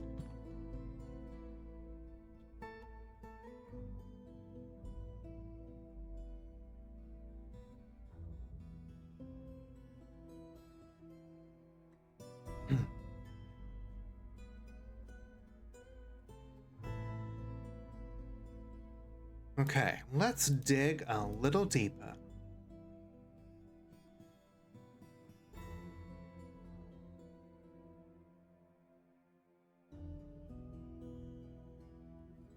If I had a nickel for every alcohol-based gal I knew, I'd have 2 nickels.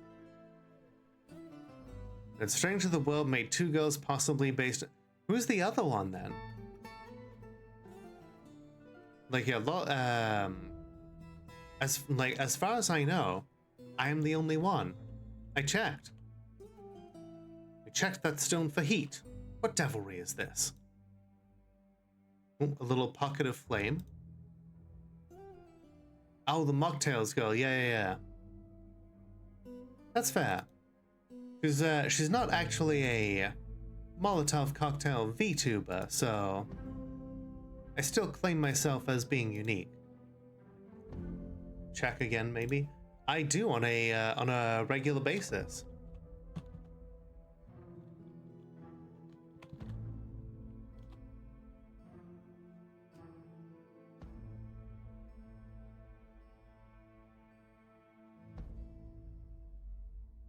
Yeah, typically the only things that come up are things that are directly referencing me, or like VTuber assets that are like throwable.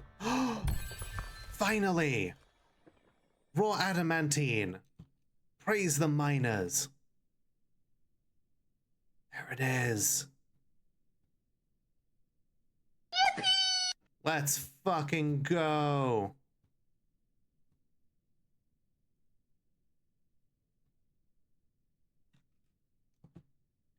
Hello, Schnee. How you doing today?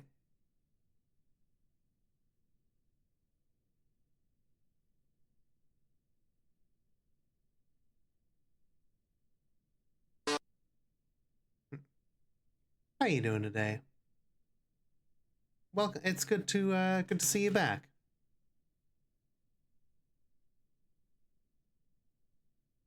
Might. Uh-oh. Uvash the Met. Oh no. Oh, that poor dwarf, the one who was looking to make an artifact. Ah, poor guy. He couldn't find the materials that he could get. That's a shame. I feel bad every time that I feel bad every time that we find that a dwarf goes insane because they cannot make the artifact they want. It happens so rarely, but it always hits. Like, yeah, it's never fun when it happens.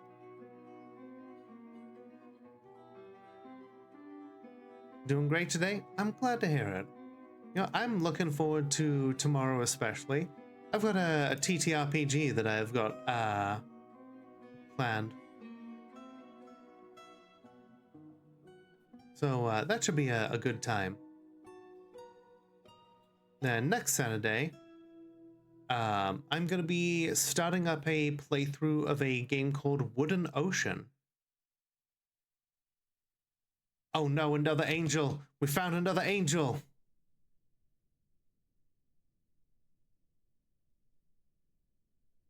It is called a Baktur's Fighter Axeman.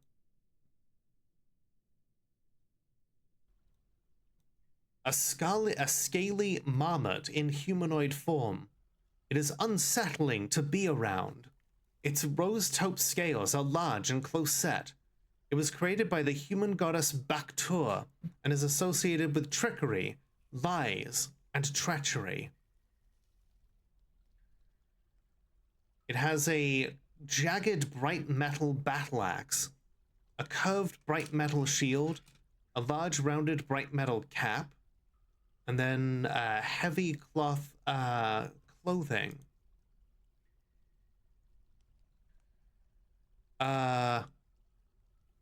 Run.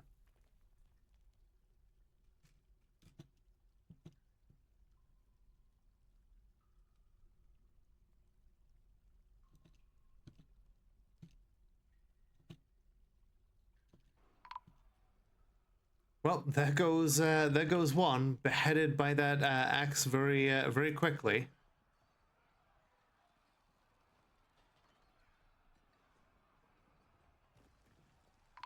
Yep, there goes a siege operator. The Iron Guard aren't gonna get there in time. Has your dwarf gotten up to notabilities? Currently, they are in combat therapy, so their biggest thing has been improving their life by beating up their fellow dwarves in combat practice, whilst having a nice gentle mist fall down on them. She also, your dwarf also has a pet giant bat, which they've acquired at some point. Yes, it's very much catharsis is the name of the game. Okay, I don't know when the Iron Guard are gonna make it there. So you know what, lanterns, it's time to make yourselves into legends. Have a good night, Barango. I appreciate you coming in. Okay, the angel is pausing to strike down a bunch of cats. Yeah, it looks like our miners are fleeing. Oh shit, Hallie's there.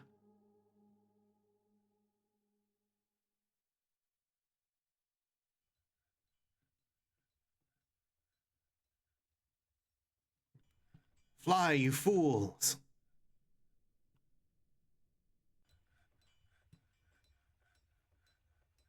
Not my family.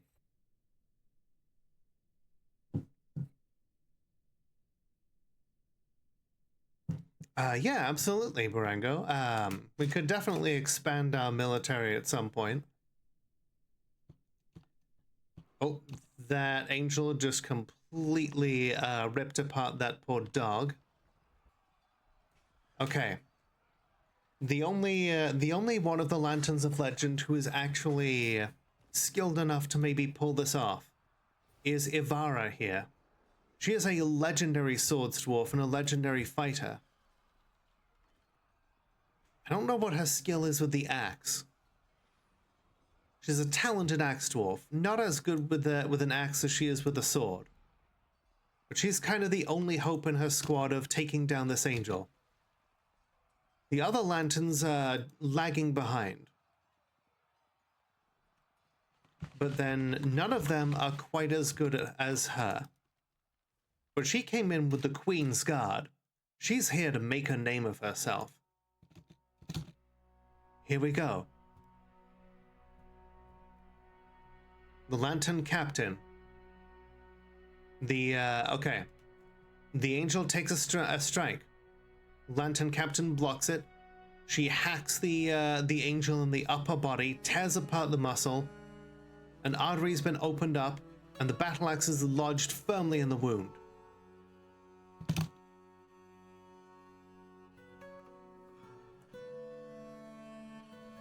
Okay. She's basically, she had to yank on the axe to like rip it out of the wound there. The angel takes another strike. The captain is clearly playing with the angel because she then like slapped the axeman, like the angel axeman, in the leg with the flat of her axe.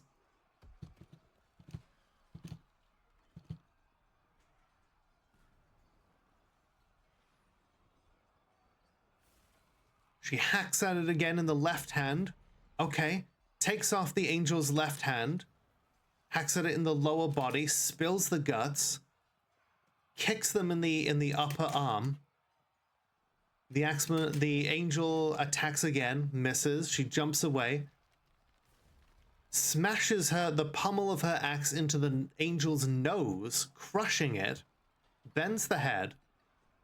Hacks off the right leg. She is really just taking her time with this.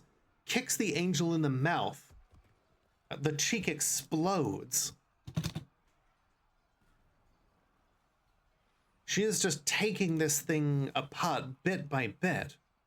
And then finally, a coup de grace just hacks the head off. You know what, Ivara? You have earned the title Angel Killer. There are few who can cling to do such a thing and live. But that, I think, is that's a hell of a thing to end on. You know? We're gonna make sure that.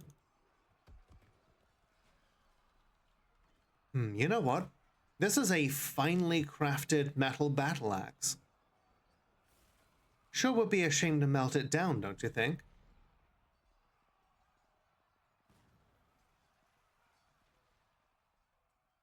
We'll melt down the shield.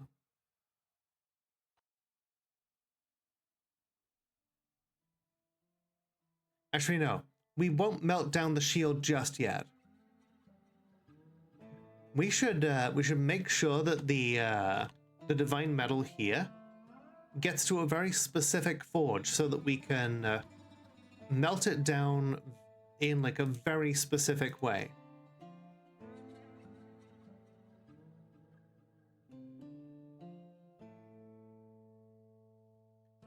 Okay. I'm gonna make sure that there's a weapons stockpile specifically for divine types of metal.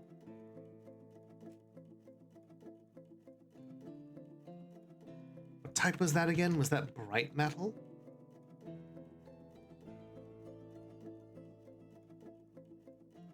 Yeah, it was bright metal. Okay. So yeah, we've got a stockpile here very specifically. We're going to put those divine metal weapons here. That way they can always be directly next to one of these smelters. And we'll link up one of these smelters. Okay. We'll link up this one.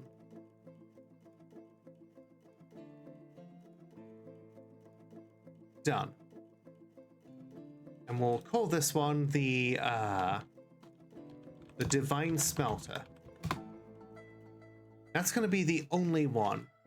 The only smelter in the entire fort that melts down divine metal. That way we can concentrate all of our divine metal in one place and make sure we're getting the maximum amount back. You know what? The lives of 2 different dwarves, I think that was worth it. Because we've finally done it. We've located 2 different types of metal. All right, Tara. Yeah, we're probably gonna end here in a couple of minutes anyways, but I appreciate you sticking around with us. Have a wonderful rest of your night and a wonderful weekend. And Critical Soul, thank you for coming in with Lizzie. Mwah. Both of you have a wonderful weekend. We found it. We found adamantine.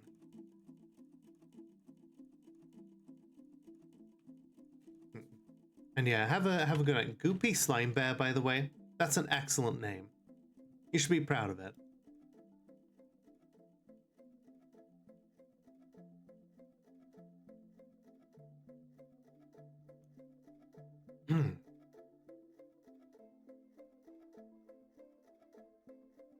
Did it just instantly... I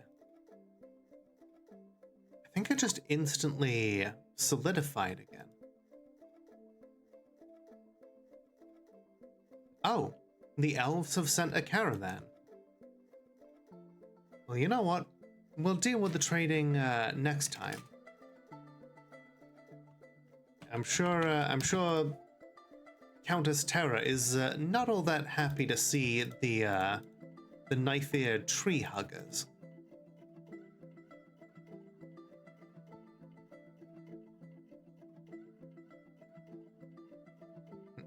Despite the danger, well, there'll be plenty more danger for them soon.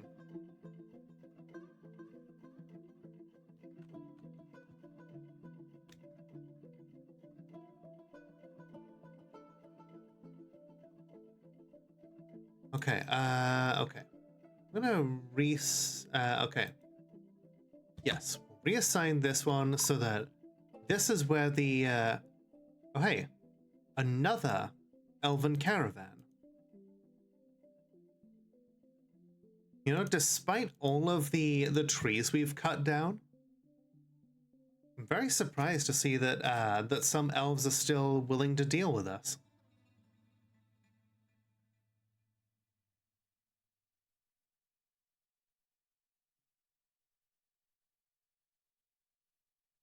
Trojan caravans? It's possible that they're scoping out our defenses. But perhaps we too can take advantage of this. After all, if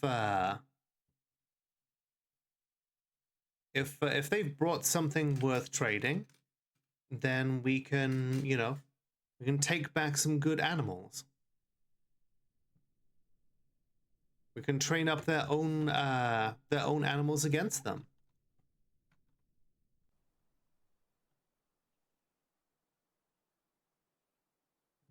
Holy shit, this is taking a while to dig.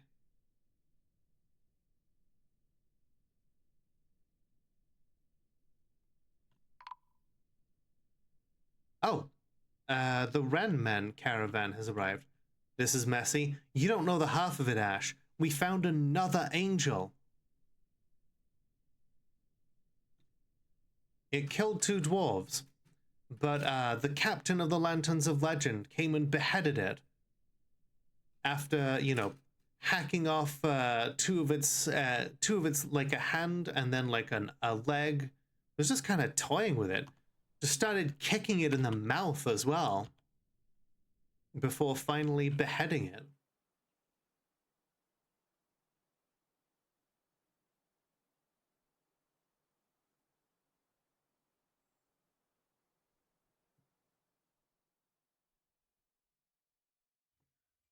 But you know what?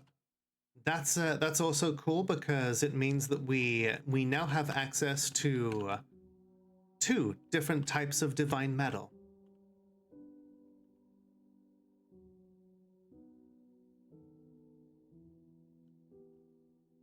She went all spider on it. Oh yeah, that reminds me. Yeah, it definitely was the Courageous Persuader. I remember it distinctly. So here we go. A new temple. To the Courageous Persuader, we thank you for sending your angel to test us. We will, here we go. There's an official religion of the Courageous Persuader called the Large Communion.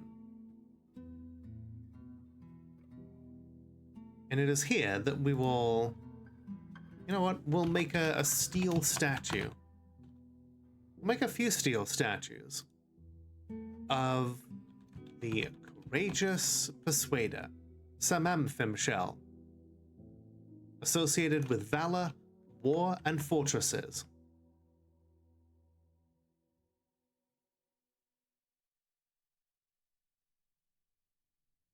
I think it's taking so long to dig in because these tiles must be adamantine.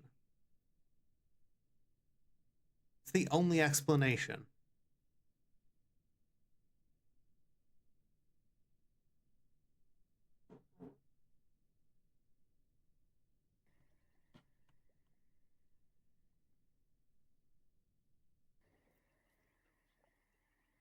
Yay, a bunch of clay. I don't need clay.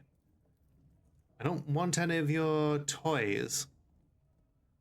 Let's see. Impala. Nah. A giant tiger. Now you're talking. A cheetah? I think we have some cheetahs. Could always use more. Yeah, this is stuff I'm fine with. Barrels? We'll take barrels. Yeah, we can always put things in barrels.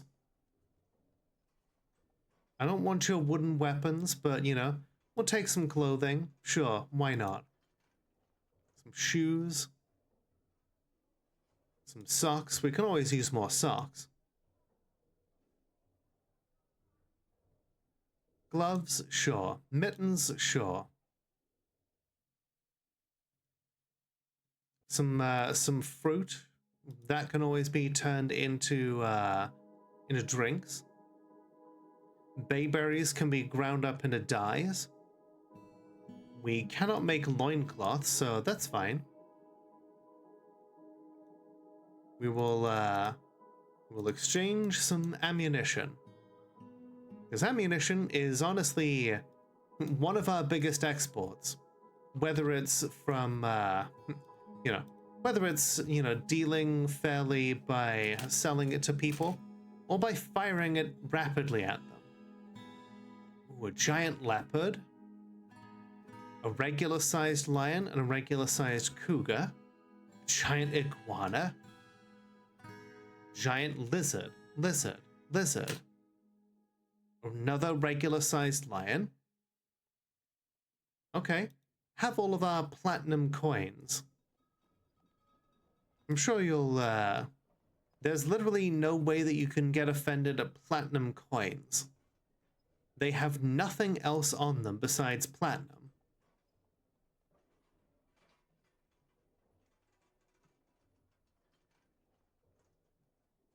Is your giant tiger? Great! I sure hope so.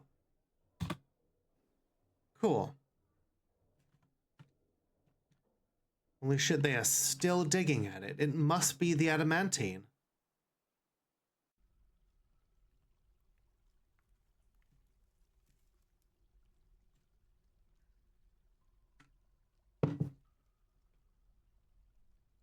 Okay, you know what?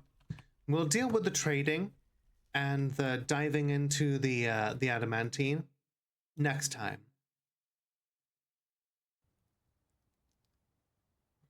But hey.